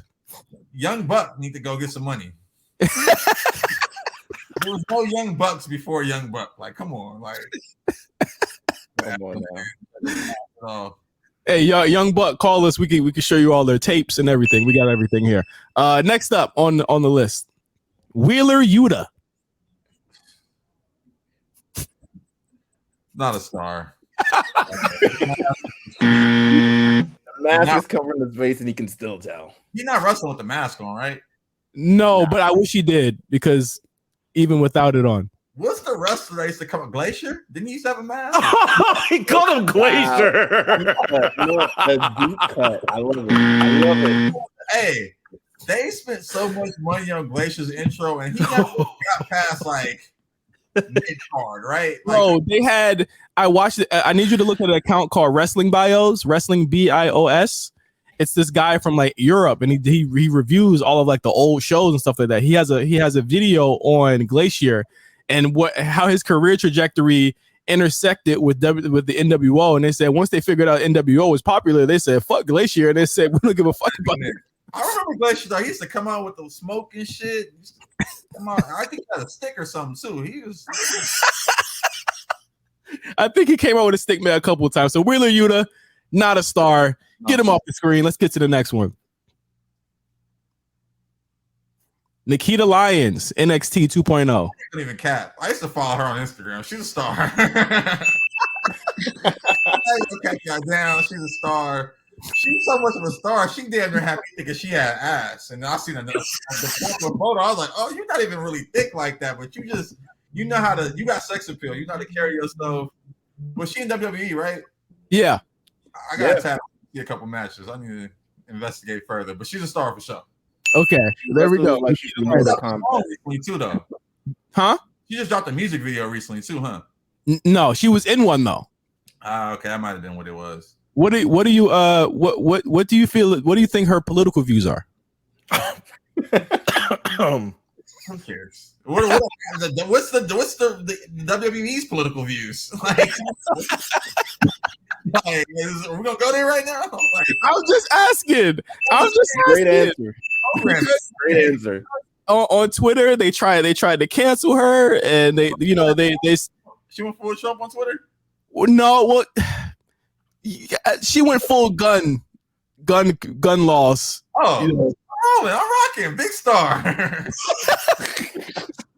Hey, next person, man. Trick Williams and Carmelo Hayes. Not stars. I knew he was gonna say that. These niggas look like grownish, or like one of those. They're all grownish. People watch the show like a show, and they're like, "Oh, the goons are coming through the door." It's these guys. Like, the E need to get more real niggas on the line. Like we need. Here's one thing I noticed. The black wrestlers you are not fucking with. Why is that? They not authentic to the black experience. Like they need to get. Where's the flipping crip? Like, they need more Reggie. They need more Reggie. I think about this. I've been thinking about this since way back. Like in the black community, crazy. Gang members are scary. We need those type of niggas to be wrestlers. Like we need somebody like. My thing is though, Josh, if they were to get a gang wrestler or something like that, that would be problematic. People on like black people who like you got to remember like the black people that watch this are not the same as you. You know what I'm saying? Yeah, but the black people watch this are very much scared of gangs like me. We all came. I just know for a fact that like these street profits and these guys don't look tough to me. The other wrestlers look tough, but these guys don't look tough to me. Like this nigga, he reminds me of like it might be Dickie Simmons. He kind of look like. Come on now, like somebody I've seen on TV before. Like, oh man, people are going to hate this. It's the nigga. It's the brother for one of these shows. It might be Grownish. Yeah, it might be Grownish. Like the brother from Grownish. Where? Blackish. Like, niggas don't even wear their hair. This is crazy. Got the Malcolm X glasses? No, I'm straight. Next person, man. Next person. Braun Breaker, son of Rick Steiner. He's the NXT champion. Oh, I was going to say this nigga look like a Steiner brother. He's a Steiner son. Rick used to wear the little ear muffs. Yeah. I fuck with the Steiner brothers. I initially saw this and said not a star, given the outfit, but I see it's a throwback to his pops. Yeah. I'm gonna go Star, man. You from Star lineage. I love it. He is more than likely on the fast track to becoming a WWE champion in the near future. Like he's somebody that they see a lot in. He came right in out the gate and is one of the biggest stars on the Tuesday night show. You gotta upgrade the tattoo package. Well, remember, Randy Orton had that bum ass tribal tattoo for like 8 years. I was about to say that's like Randy Orton. Like somebody else had that same tattoo, or it might have been Randy Orton. I'm thinking of that shit. Yeah, Goldberg. Goldberg. Like that's why I look at that and say, "You a wrestler? And that's your only tat." Like if I was a wrestler, I would be tatted down. Like it's like, what else is it to do but get tattooed? All right, we got one last one coming up. This might be a little controversial, but let's go. Let's get it. Mandy Rose, JC Jane, Gigi Dolan, Toxic Attraction, NXT Women's Champion, and the former NXT Tag Team Champions. Those are the two in the back there. What do you think? They give it be like, they're pop stars, I guess. Like they look like fucking Dua Lipa and fucking JoJo and some other girl. Like they look like a little pop. Honestly, if you took away the belts and told me this was like the new pop group, I'd be like, oh shit, okay. Like they come with some shit. So stars? They stars. I guess they stars. Like I got like wrestling attire. They look like they just hanging out. Like I wanted to say that there was a wrestler who formerly was in the company. Her name is Athena, and she said that the company had a meeting about the women dressing with having sex appeal. And she said, well, I don't want to dress like a Mandy Rose because I'm about, all of this. What do you feel as though like these women are like, they're out there off the wall with it? No, I mean, I think it's a spectrum. I don't, the wrestler you mentioned, I'm not sure. I'm not familiar, but I think she has a point. I think wrestling should exemplify the culture, and there should be people who look like this and people who look like that. And it's like, we could all coexist and fight and prove our points, but I don't think there's anything wrong, particularly with how they're dressed. They definitely are like heavy on the sex appeal. This looks like a promo shot for a new pop punk group. Like, yeah, it just looks like they about to grab guitars after this shoot. So like, this chat ain't sexy. I don't. The chat wants us to do one more. Yeah, we got to do one more. Hold on. One more, Josh. I'm down. Yeah. Yeah. Can we pull up this last one for the chat? We'll try and finesse this very briefly. We're gonna bring up a person that is very favored in certain communities. Josh, we're gonna bring up whether or not you think he is a star or not a star real quick. We're gonna do this off the cuff real quick. Let's see if we can drop this photo in. This is gonna be. They want to do two more. Okay, let's see. Let's see. We can do it. This is two more. Two more. Oh, and okay. Let's see. One second. First one up real quick. So 1 second. To do a recap here, Bobby Lashley not a star. Jade Cargill star. Rhea Ripley not a star, but in the club. Street Profits. Dawkins. Maybe not, but Tez, yes, he's a star. Austin Theory, yes, he's a star. Street Profits are not stars. No. What? You just said that? You said none of them are stars. You said he got a star haircut. Yeah, he said Montez got a star haircut. Okay, Street Profits not stars. Austin Theory is Bianca too, right? Yeah, Tez. Bianca is Tez's wife. I've seen them in like regular clothes. He's not a star. That nigga had on. I was like, nah. Orange Cassidy, not a star. The Undisputed Elite, half a star. Young Bucks, not stars. Wheeler Yuta, not a star. Nikita Lyons is a star. Carmelo Anthony and Trick Williams, not stars. Braun Breaker is a star. And Toxic Attraction, stars. We got that last picture queued up, MC. You got it? Right here. This is Eddie Kingston. Eddie Kingston, AEW. Hell no, he not a star. Look at this nigga, bro. He just came out the crowd. I ain't even trying to be funny, but he looked like the nigga that makes bacon, eggs, and cheese. The thing about him is everybody said he's like an undercover cop. Yeah, he's definitely not a star. Absolutely not. Oh my God. Okay, one more. You got this real one. brief. Yeah. Real brief. Let's bring up this last one here. Swerve Scott from AEW. You know what? Fuck it. He could be a star. He's not the most authentic to like a nigga on the streets. Like, no, find another fit. Find another fit. Find another fit. Find the fit. I can't find the fit with the jeans though. Oh no, I know. Oh, you know what though? I know the fit you're talking about. I saw it on your Twitter. Yeah. Okay, so based on the fit. Yeah, the Marys, he's a star for sure. That's not how wasn't the Marys. He's a star. I know they wasn't the Marys, but I'm just telling you, man, like before niggas get on, they be looking crazy. Well, let him get a WC check. He's about to be in your DMs right now. Trust me. He's like, yo, I got my music. Come on, man. You know. Oh, he's about to definitely sell you his music. That grill is crazy though. He need a new grill. That's like I see copper and I'm like leaning in and I'm like oh man, that was I'm Not a Star with Josh Pease. Thank you, Josh, for joining in and playing this game with us. Nah, thank y'all, man. This is a great game. I'm about to, I'm gonna steal this for our show.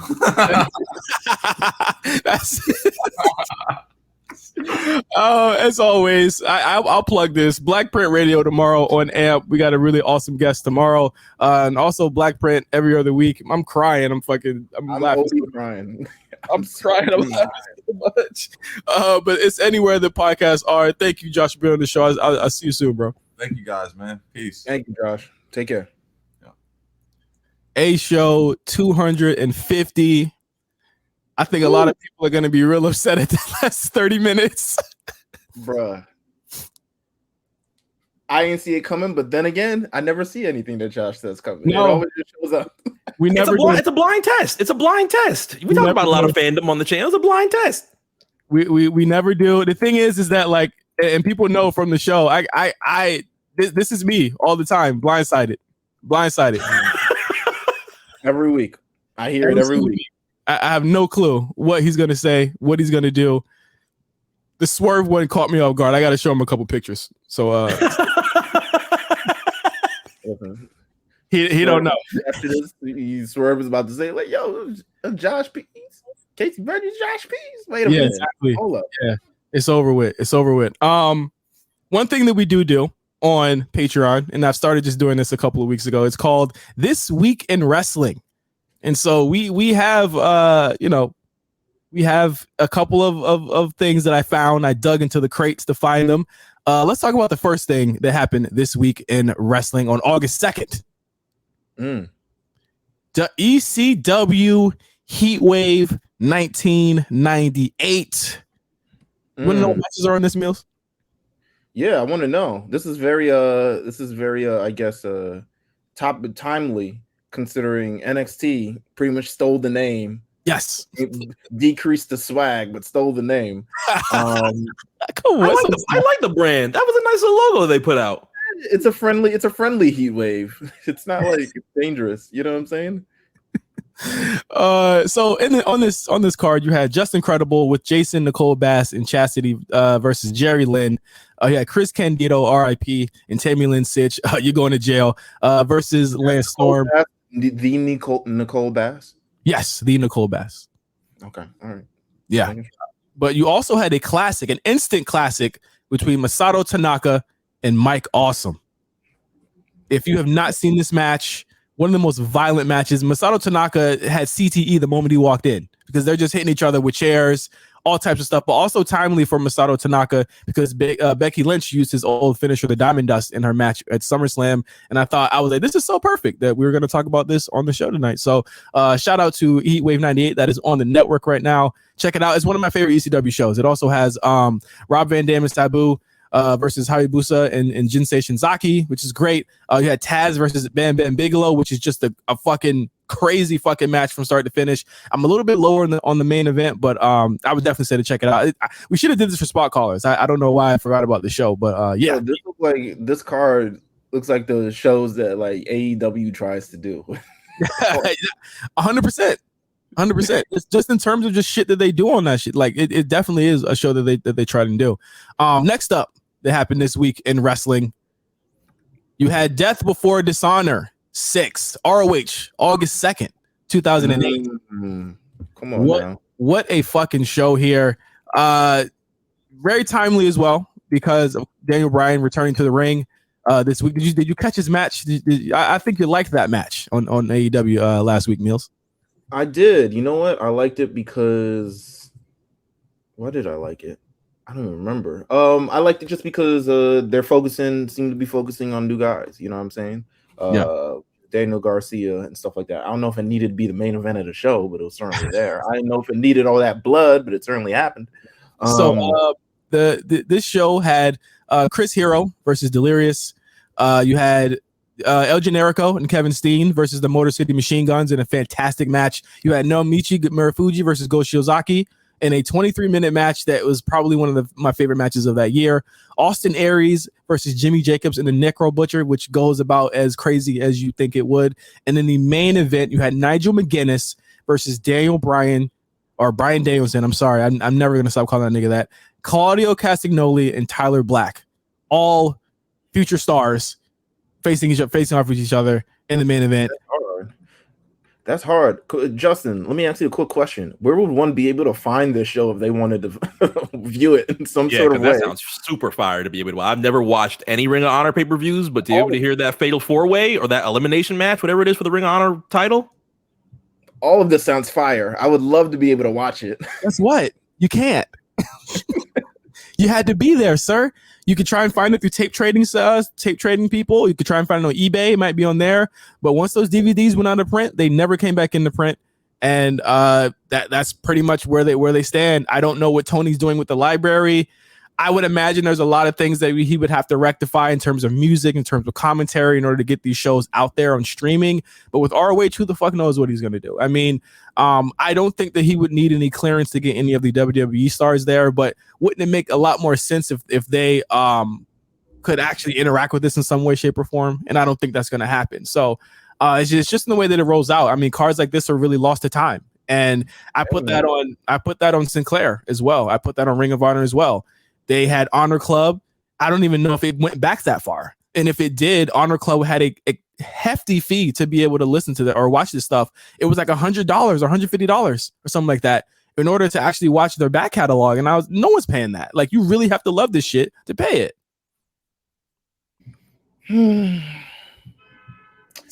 I mean, one day. I mean, all right. Well, we got a couple people who I don't want to incriminate them, but they might have ways to view it. Oh, why not? Let's incriminate them. Hey, if we have any donations, then please send those donations through the screening room on the A Show Discord. Wink. Absolutely. Last part of this segment, This Week in Wrestling, SummerSlam 1997, Heart and Soul, August 3rd. Huge. Huge. This is the last time they called SummerSlam some stupid shit like this, right? No, biggest party of the summer for mad years. I'm sorry. I really think that this card, I used to really like this pay-per-view, and then looking back, I was like, oh yeah, they really did have Los Boricuas versus the Disciples of Apocalypse, and that 8-man tag match that was completely racist. And you also had, man, listen, I remember this shit. First of all, Legion of Doom having an almost 10-minute match with the Godwins, which, why is that happening? British Bulldog versus Ken Shamrock, a green Ken Shamrock. He killed everybody after this match. I remember that part. Yes, he did. It was just a strange way that they were even booking Ken Shamrock at that time to begin with. But the final two matches go down in history because they set the stage. Hold on, before you get to those two matches, since we're talking about like these crossover stars, we're talking about the Logan Pauls, Ronda Rousey's, Brock Lesnar's. What went wrong with Ken Shamrock? Because he could have been a guy. Like, I feel like, especially, I mean, his contract ended, I want to say like early 2000, late 1999. I feel like he could have been a guy in WWF moving forward, especially during like the throes of the Attitude Era. Like, what do you think went wrong with Ken Shamrock? Without knowledge of what he says himself, if I had to choose myself, I would say that I just guess it just didn't click. Like, everything didn't click with him. I don't think he was particularly really good at promos, so like that would have been tough for him in a time when everybody could talk. I think that I do know he probably used to hurt people a lot because he did it to Vader.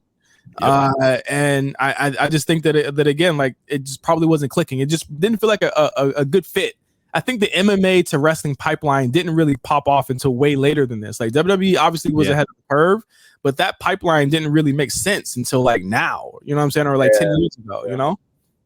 Yeah, the real athlete thing was actually kind of interesting at that point in time, because they definitely did push Ken Shamrock as one of the first, if not the first, UFC champion ever, and yada yada. And then they had Dan Severn in, and they had Dr. Death Williams, and all those real MMA fighters at that point in time. But they didn't really shine the way that it was when like an Olympic athlete like Kurt Angle came, and then you started having more real athletes beginning to come in, and we have the timetable that we do have now as far as like our real athletes, our track runners, our fighters, football players, like really dominating the sport right now. But back then it was a little bit different.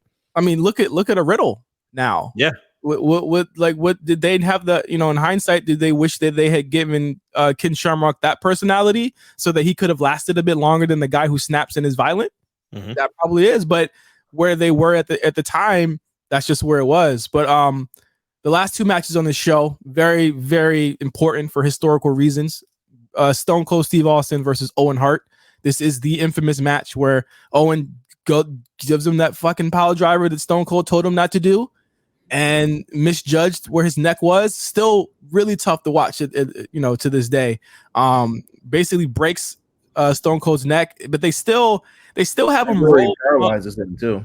Yeah, nearly paralyzes him, and they still had him roll. Like today, they would have stopped the match, right? They wouldn't have even just had Stone Cold. It's one of the worst roll-ups that you could ever see as far as thank God Owen Hart stayed down for that 3 and tried any resemblance of trying to sell that, because it's one of the worst roll-ups you'll ever see in your entire life. But it's because Stone Cold's neck is hanging on by a thread right now. Yeah. And then you had Bret Hart defeating The Undertaker. Shawn Michaels, of course, was a special guest referee. So you had two things that were building here. You had Stone Cold. I think that after his neck gets broken and he comes back, and he does the whole thing where he's on TV, periodically complaining about it and being pissed off about it. That leads us to where we're going to get to, but we're also months away from what happening.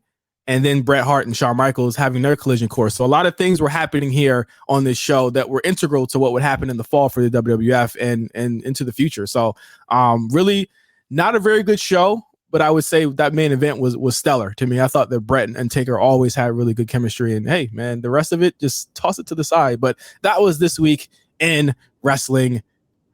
If you get Patreon, you know what I'm saying, you'll get that segment. I really like doing that. I like reading up and studying some of these old cards. I like that you enjoy doing it.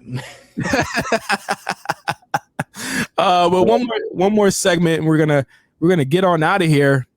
Monday Night Raw, the first Monday Night Raw without. How wild is it that Bobby is the main champion on Raw? Not a star. Not a star. Not a star. Bobby Lashley, right here, front and center. First Raw without Vince McMahon. A lot of momentum coming off of SummerSlam. A lot of questions that needed to be asked, and I would say that a lot of them were answered, but a lot of them didn't need to be answered. Namely, being Bayley's new stable and how they affected the show throughout the night. You opened up the show with Becky Lynch coming out and announcing that she had a separated shoulder and seemingly or pretty much officially becoming a face again and becoming the man once again. Meelz, what do you think about this promo from Becky, and what do you think about the diagnosis and again, like I said earlier, the poeticness of her getting injured literally on a year, almost to the day of her coming back? Right. I think you know what? It's crazy because there's very few moments that you can see kind of a very cyclical, well, not cyclical, but a full circle moment of character development in WWE. It's usually people have to turn on a whim because of, and I'm sure this is still like a response to things that are happening on the roster, but usually people have to turn on a whim. Like for instance, who's someone that just turned recently? Lacey Evans, right? You have to turn, it's not working. You got to turn on a whim. It's not really balanced. You see, this one is a lot more attributed to the character and kind of what she's been through, which is something rare for WWE. They rarely have those. They rarely tell stories of any kind of like subtlety or layered or anything of that. So I really enjoyed it because I was like, damn, this is like, she really like turned. I mean, this is kind of how it's naturally, the natural progression is supposed to be. And it'll be interesting to see how everything lines up because she's going to be out for a bit. I think a separated shoulder, it depends how severe it is, but I think she could either be out for a couple weeks or a couple months. But I don't think she'll miss WrestleMania. But she, you know, I'm excited to see. Actually, this might have been a good time to cool her off, to be honest with you. Yeah. Like, especially we're now prepping 3 new women that came in the division. You would still have to dedicate time to Becky Lynch. This might be a good time to cool her off. I'm not saying that this was the best time to do it because Bianca and Becky versus whatever Bayley's calling her group would be absolutely fire. But we're gonna get that moment whenever it comes. But I really liked it. I really liked it. Yeah, and I mean the story to end there, telling Bianca to hold it down for her. Really good moment. Again, like think about this run, man. I mean, Becky's best run, like ever. I'm trying to think of the man run. This is the best. This is the best. In terms of matches, promos, the story. Again, she comes back. You all love Bianca. I'm gonna make you love me. Well, fuck it. I'm gonna kill all your idols. I'm gonna kill all the people you love. I'm gonna fuck up Liv Morgan.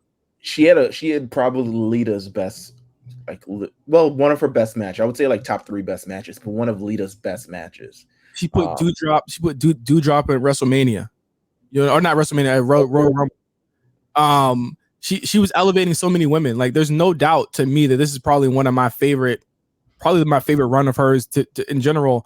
And now when she comes back, what do you think? Is it time for Ronda? Is it that time now? Because they're both flipped. They both flipped. It's definitely coming up. So I can see that for WrestleMania for sure. They both flipped. I feel like we're heading on the collision course to that, so I could definitely see that happening at WrestleMania next year. Absolutely. And another thing that happened on the show, we had 2 triple threat matches to determine the next contender for Bobby Lashley's title, his U.S. title. One thing about this episode, a lot of people getting chances and opportunities, but like a lot of people were made to look good. And that's what made this so enjoyable. You know what I mean? In the same way that you said, again, Dynamite put people in position. This put a lot of people in position as well, and let people know that, hey, like, Ali's still here and he can have bangers.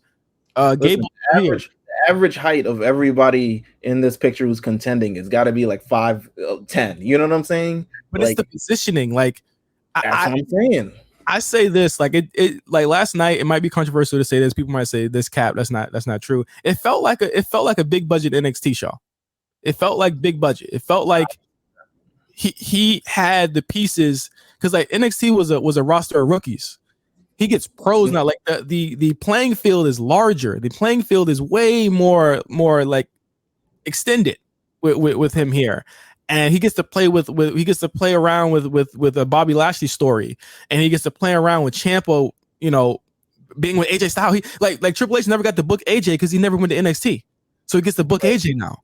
You know what I'm saying? He gets to have that type of fun. He gets to book Seth for the first time. You know what I'm saying? Like that's gonna be, you know, that's gonna be crazy. You know what I mean? Because I mean, it was pretty much like Dusty and Regal at that time doing the creative over at on NXT when Seth was there.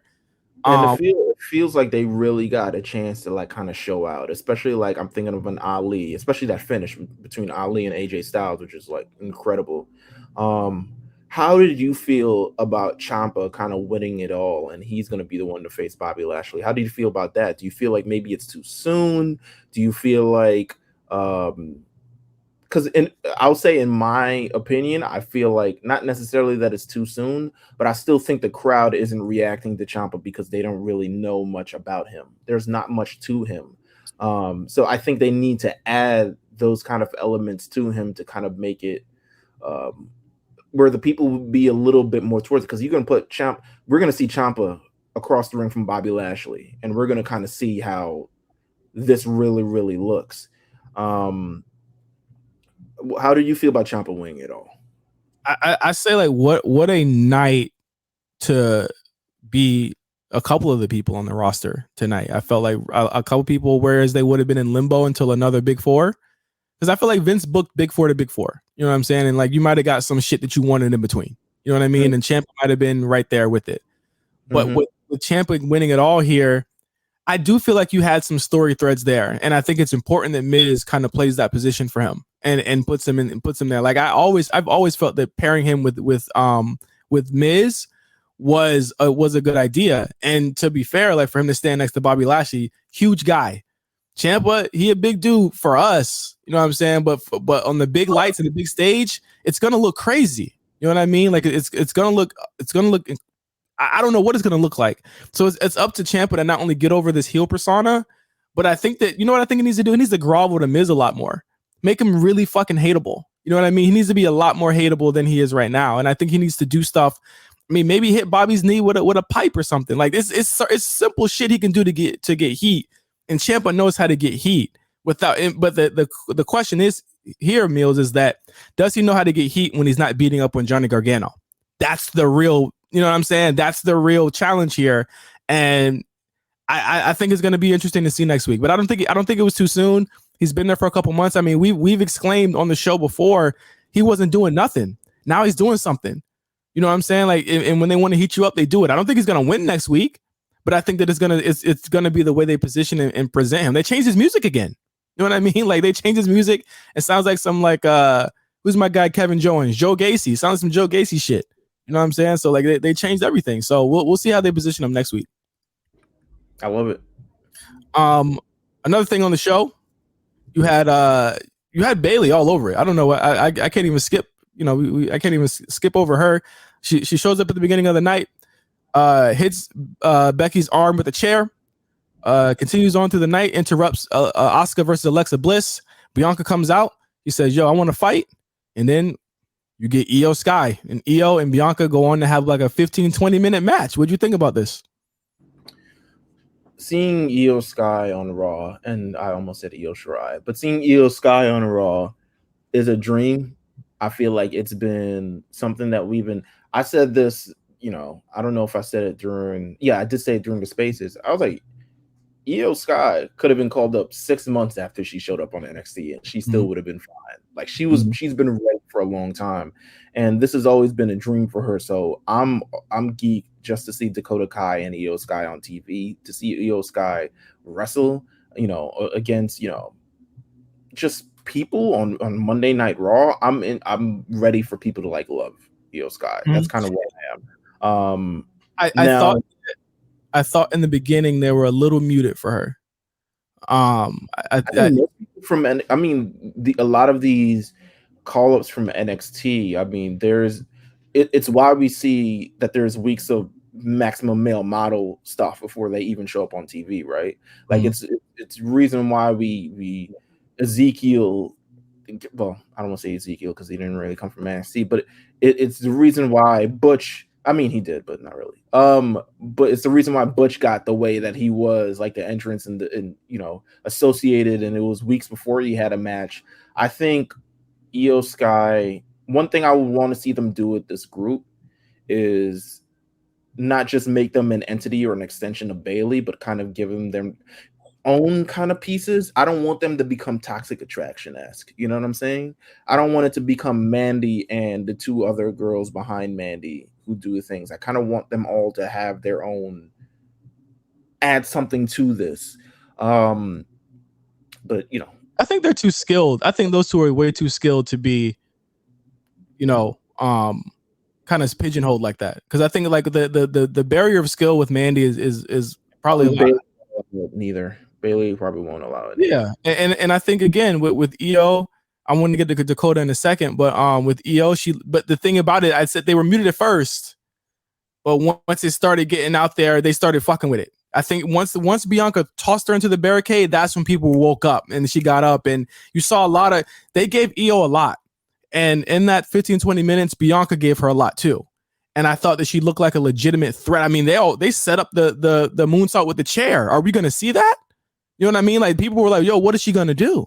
You know what I mean? And I thought that was a really cool spot there. Of course, that we don't really get a finish there because a brawl happens. But one thing I want to say about this group is that we know Bayley is a known entity, a known commodity.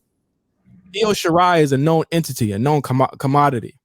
Dakota Kai, of course, we know she was released and now she's back. This is her chance and to prove what people saw in her in NXT on this brand, because I think that she was rudderless on NXT after Raquel left. She had no direction. I think this is a chance for her to actually show us who she is, because when she left, I said, hey man, it sucked that she got let go, but I don't know what it would have looked like on the main roster. Now I want to see what it looks like on the main roster. Well, let me ask you something, since we're talking about the women here, because shortly before Raw, I mean, with this new era of Triple H, right? There's the rumors, now there's the whispers now that Sasha Banks Naomi could be returning, to the WWE roster. One, what do you think about that? And then two, gosh, aren't people tired of being wrong? A lot of people down bad. I think like not knowing the Bayley, not knowing the extent of the Bayley thing is crazy.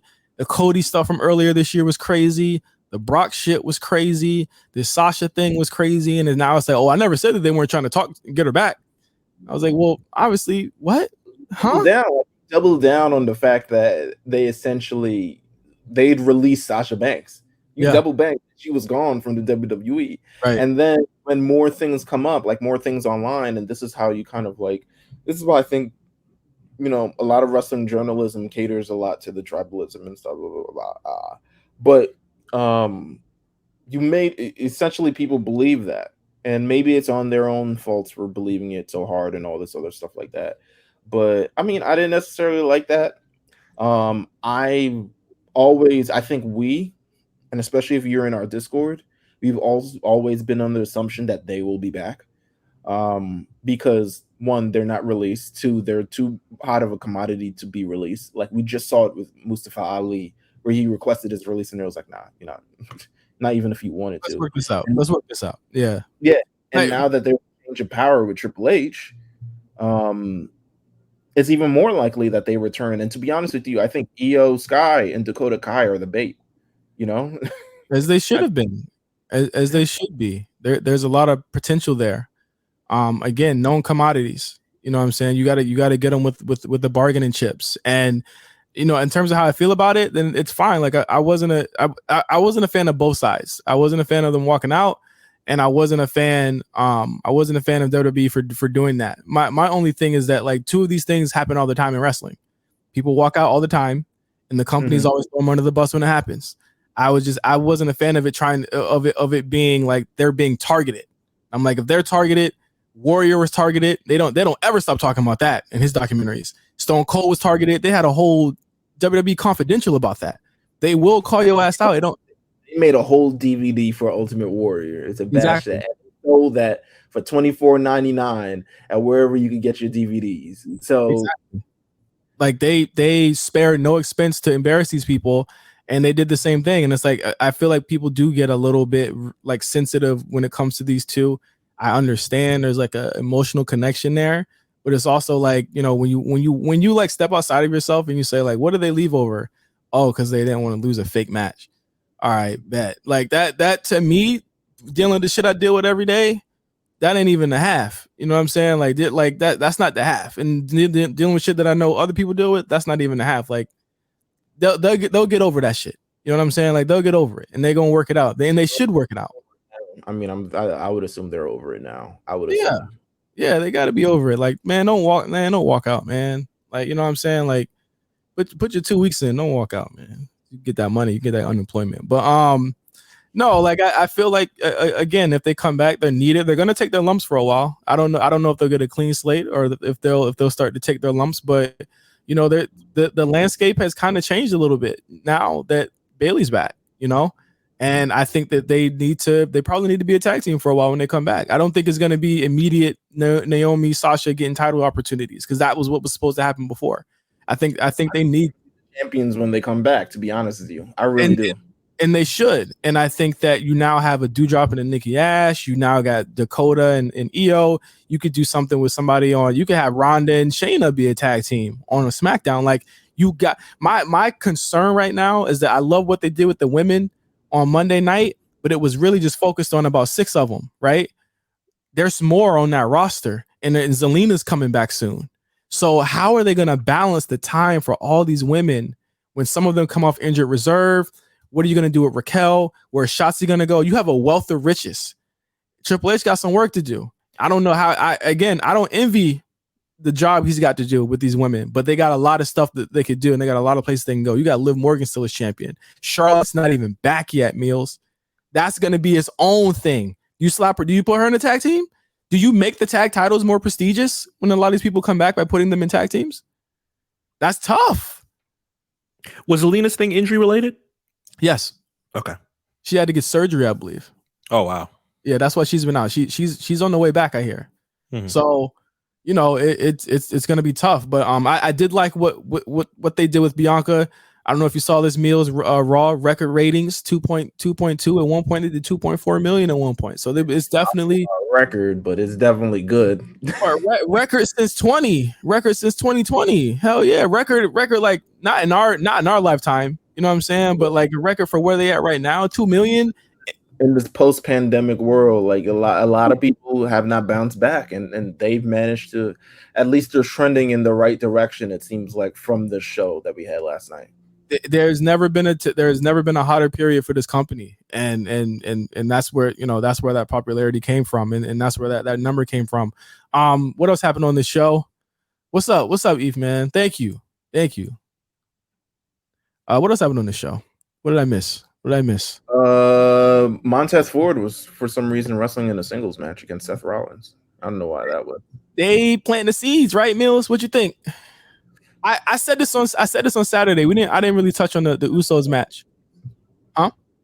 It's definitely planting the seeds for sure. What do you think? I'm gonna tell you right now. I think when they lost that last match, I said they need to break up.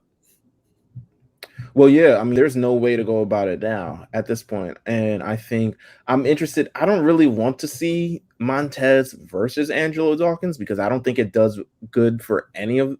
It's definitely detrimental to at least one of them, but I don't think it. You know who it's detrimental to. Just go ahead and say it. Absolutely. Well, it just is. It's detrimental to the Dawkins. Yeah, even in commentary last night, you got Corey just talking up Montez like he's like a blue chipper type, you know what I'm saying? Like, and he is, But again, it's like they're really laying it thick, which makes me think that it's not going to be Montez that turns; it'll be Dawkins that turns. I feel like it'll definitely be Dawkins who turns. Yeah, because he would need the heat. Absolutely. But here's the thing. I always see those kind of feuds, and then what happens to the other guy, like in the long term? Like what happens to, let's say they do have this feud, they have a matches at the Clash, they have one more match or whatever October pay-per-view it is, and then the draft splits them up. So it's like, all right, so what do we do with Dawkins now? We have these high things in Montez Ford, but like we know Dawkins can go, but everyone can go. So fuck it. Right.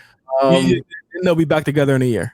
You know, like Yeah. So that's what I'm saying. It's like, especially if it doesn't work out for Montez Ford, which I think everyone is very high on Montez Ford, but at the same time, he's been a tag team wrestler his entire run.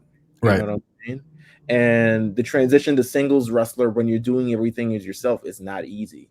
It took the stigma for Edge to break out the tag team wrestler mold. It took a while for him to establish his own identity. Like 4 years. Yeah. Same with Christian. Same with, I mean, to be honest with you, with a lot of tag teams from the 90s and stuff like that, like Jeff Hardy, Matt Hardy, like they really had to go like completely left to kind of get out that mold. And it's not as easy as it thinks, but I do think we're probably closer to a Street Profit split than we are them continuing this run as a tag team. Is Christian one of the bigger outliers as far as being the second person to split and actually having a pretty decent career more than people thought, or is it more so Matt more than Christian? Well, first of all, Christian has a way better career than Matt Hardy. You just picked it. But the thing is that, like, in no disrespect, you picked the two Genettis out of the group, though. Yeah, exactly. They probably had one of the better careers out of, like, I guess the other people that broke from a tag team and didn't really do much. Like Reverend Devon was not it. They were definitely not it. They were definitely considered the Genettis of their tag team, but they still went on to have prominent kind of runs. Is there another tag team in history that we could say, or are they? Is it abundance? I think it's a very rare fact that kind of stuff happens. Yeah, exactly. Like who's the highest? Who is the most successful Genetti? I guess you would say in that scenario. As we talk about Dawkins and what could happen if Street Profits does split up and he has a solo career. And I honestly don't even know. It might be Christian, to be honest with you. It might be Christian already. Christian or Morrison? Oh, Morrison. No, people thought Miz was the Genetti because Miz couldn't wrestle for shit. Yeah. And he ended up, I mean, people thought that Joey Mercury was like the guy and Morrison wasn't it. Oh, really? Huh. Yeah. People thought it was because you know, he had been through a lot. DA says draft could split them up without a real breakup to avoid the fight. I wouldn't mind that. That'd be like a New Day breakup, clean break. You could put them back together whenever you want to. And the thing is with Tez, I don't want people to like. I feel like the social media and internet, they get so excited that when things don't work out, and there could be any number of factors why a Tez or a Dawkins solo run can work out. Timing, because right now they're saying future WWE champion. Who are you gonna beat right now? In that upper echelon over Seth, over KO, absolutely not. Like Tez would have to really get his lumps on the lower card before he gets up there. He would have to actually grind it out. I feel like people would get impatient, Meelz. I feel like they would get really impatient, and they would not be ready for him to learn how to become a single star. And I feel like that it's so ADHD right now, where it's like they don't want that long term. I agree. Like that's where, I mean, that's kind of in a way what happened with Big E, where it's like he had to transition into becoming a good champion. Obviously, his run got cut a little bit short. Like clearly, his run got cut short, but he was just finding that edge. He was going to be able to find that edge if he had been around still. So, yeah, I'm hoping it's a nice split if it is a split. But you had Seth Rollins versus Tez. They hyped up the fact that Tez was able to hold his own against Seth Rollins, and they had a promo after the show talking about they were tired of losing and they want something to change. No Riddle on this show. They're still selling the injury thing. They're really giving this feud some heat. I think they said something with his uncle. There's some like a family member. That was Theory. Oh, that was Theory. Oh, what? Oh, you're talking about Riddle. Yeah. Yeah. So they're giving this some heat. And listen, man, here's what I'm thinking. Seth brings up Roman. How do we get there if Seth was to get one of these titles, if they split them up after Clash? Shit. This is tough because at this point, there should be no reason why. Here's my thing. When Cody gets back, the hottest feud on this fucking show is going to be whoever Cody feuds with. And it's going to be the guy that he faced off with before he left, who injured him. It don't even matter that he lost 3 times. They're gonna run it back. I think there needs to be a title on the line for this. How does it get to Seth, and will he hold both titles? I mean, there's a number of things. Someone could beat Roman at Clash at the Castle. Are we? If you're a betting man, would you bet on Drew to beat Roman at Clash at the Castle? Yeah. If I was a betting man, I'd beat Drew. I would pick Drew, and I would honestly, I think Theory would cash in on him. And Carter. That'll be an insane pop out there if Drew actually does get it outside there. That would be completely insane. And if Theory, that'll be a round of booze, like a shower of booze. But that's McMahon booking too, though, because McMahon, like Vince, likes to book these types of things and then send the fans home mad, but wanting to see what happens tomorrow. Does Triple H book like that often? We've never seen it. Let me see.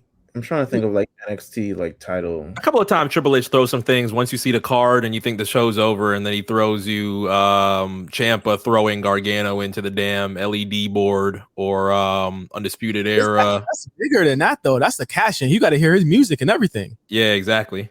You know, so like, do you like Drew deserves this moment? So that's why I wouldn't do it to him there. But would I do it at like a rematch? I don't know.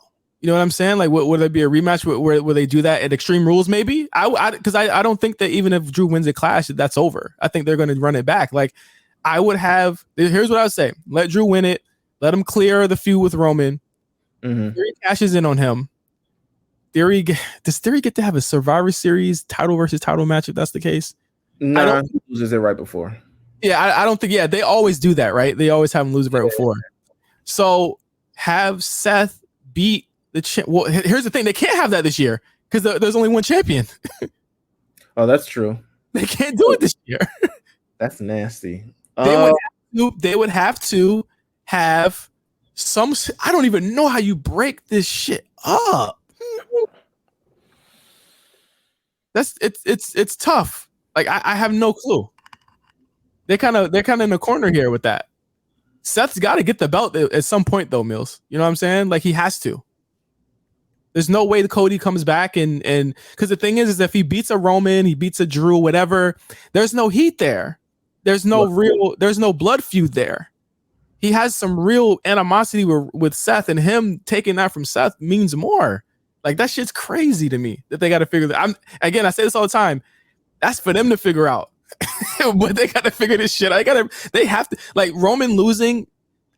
He's taken every picture imaginable. He's done every photo out with them 2 belts imaginable. He held it up like this at 2, big 4 shows. They done got all the footage for his documentary in 2, 3, 4, 5 years. It's time to split it up when he loses. They just need to have Adam Pearce say, hey, Powers that Be said that the shows need their titles back at the draft, maybe, Mm-hmm. Damn. I feel it's not me to figure it out. You're right. It's not for me to figure out. I don't care. They'll get there nonetheless. I do think it's interesting because now I'm trying to think of like what would Triple H do? Because they got to close because Trips loves to close the loop on a story. That Seth Roman shit has been a loose end since January. Like that's Roman's only loss this year.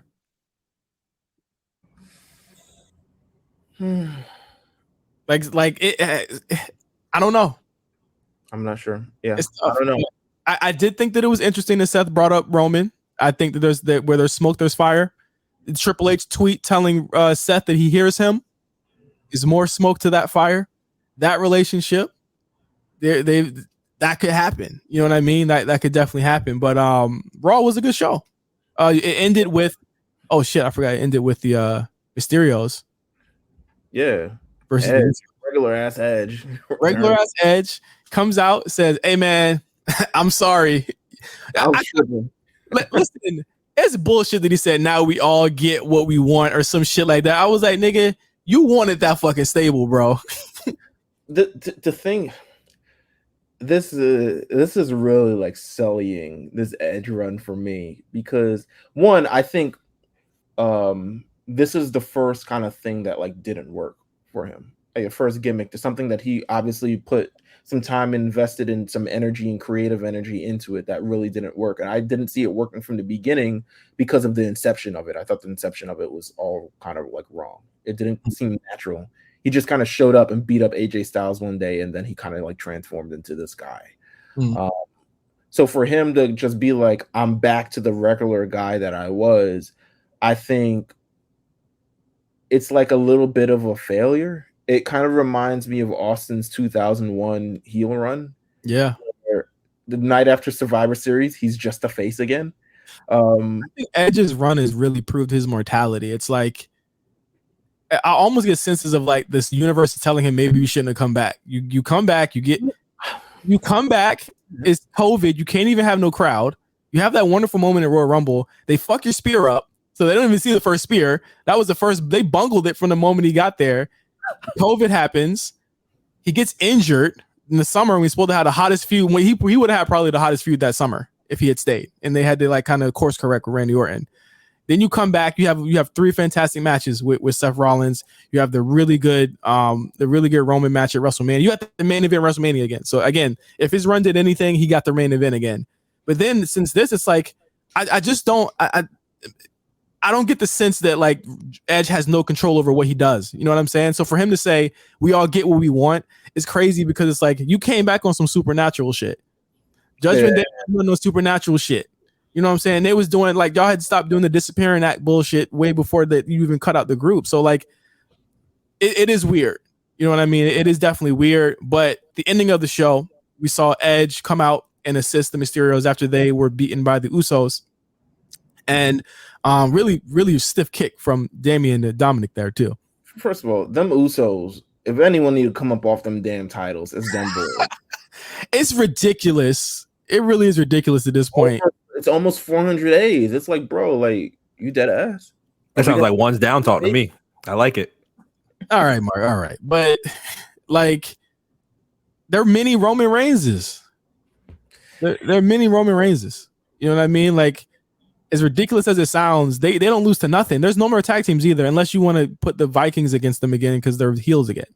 You know, but I don't know who beats them unless I think they're gonna throw a tag team together to beat them. Yeah, they probably are. It's probably gonna be like Edge and somebody, or or what if Orton comes back? Edge and Orton at this. Well, no. Oh, Riddle. No, RK Bro. Yeah. Riddle and Orton. Yeah. I mean, they might. Who knows? There's a reason they still have them. But the show ends. Edge comes out, House of Fire, beats down on the Judgment Day.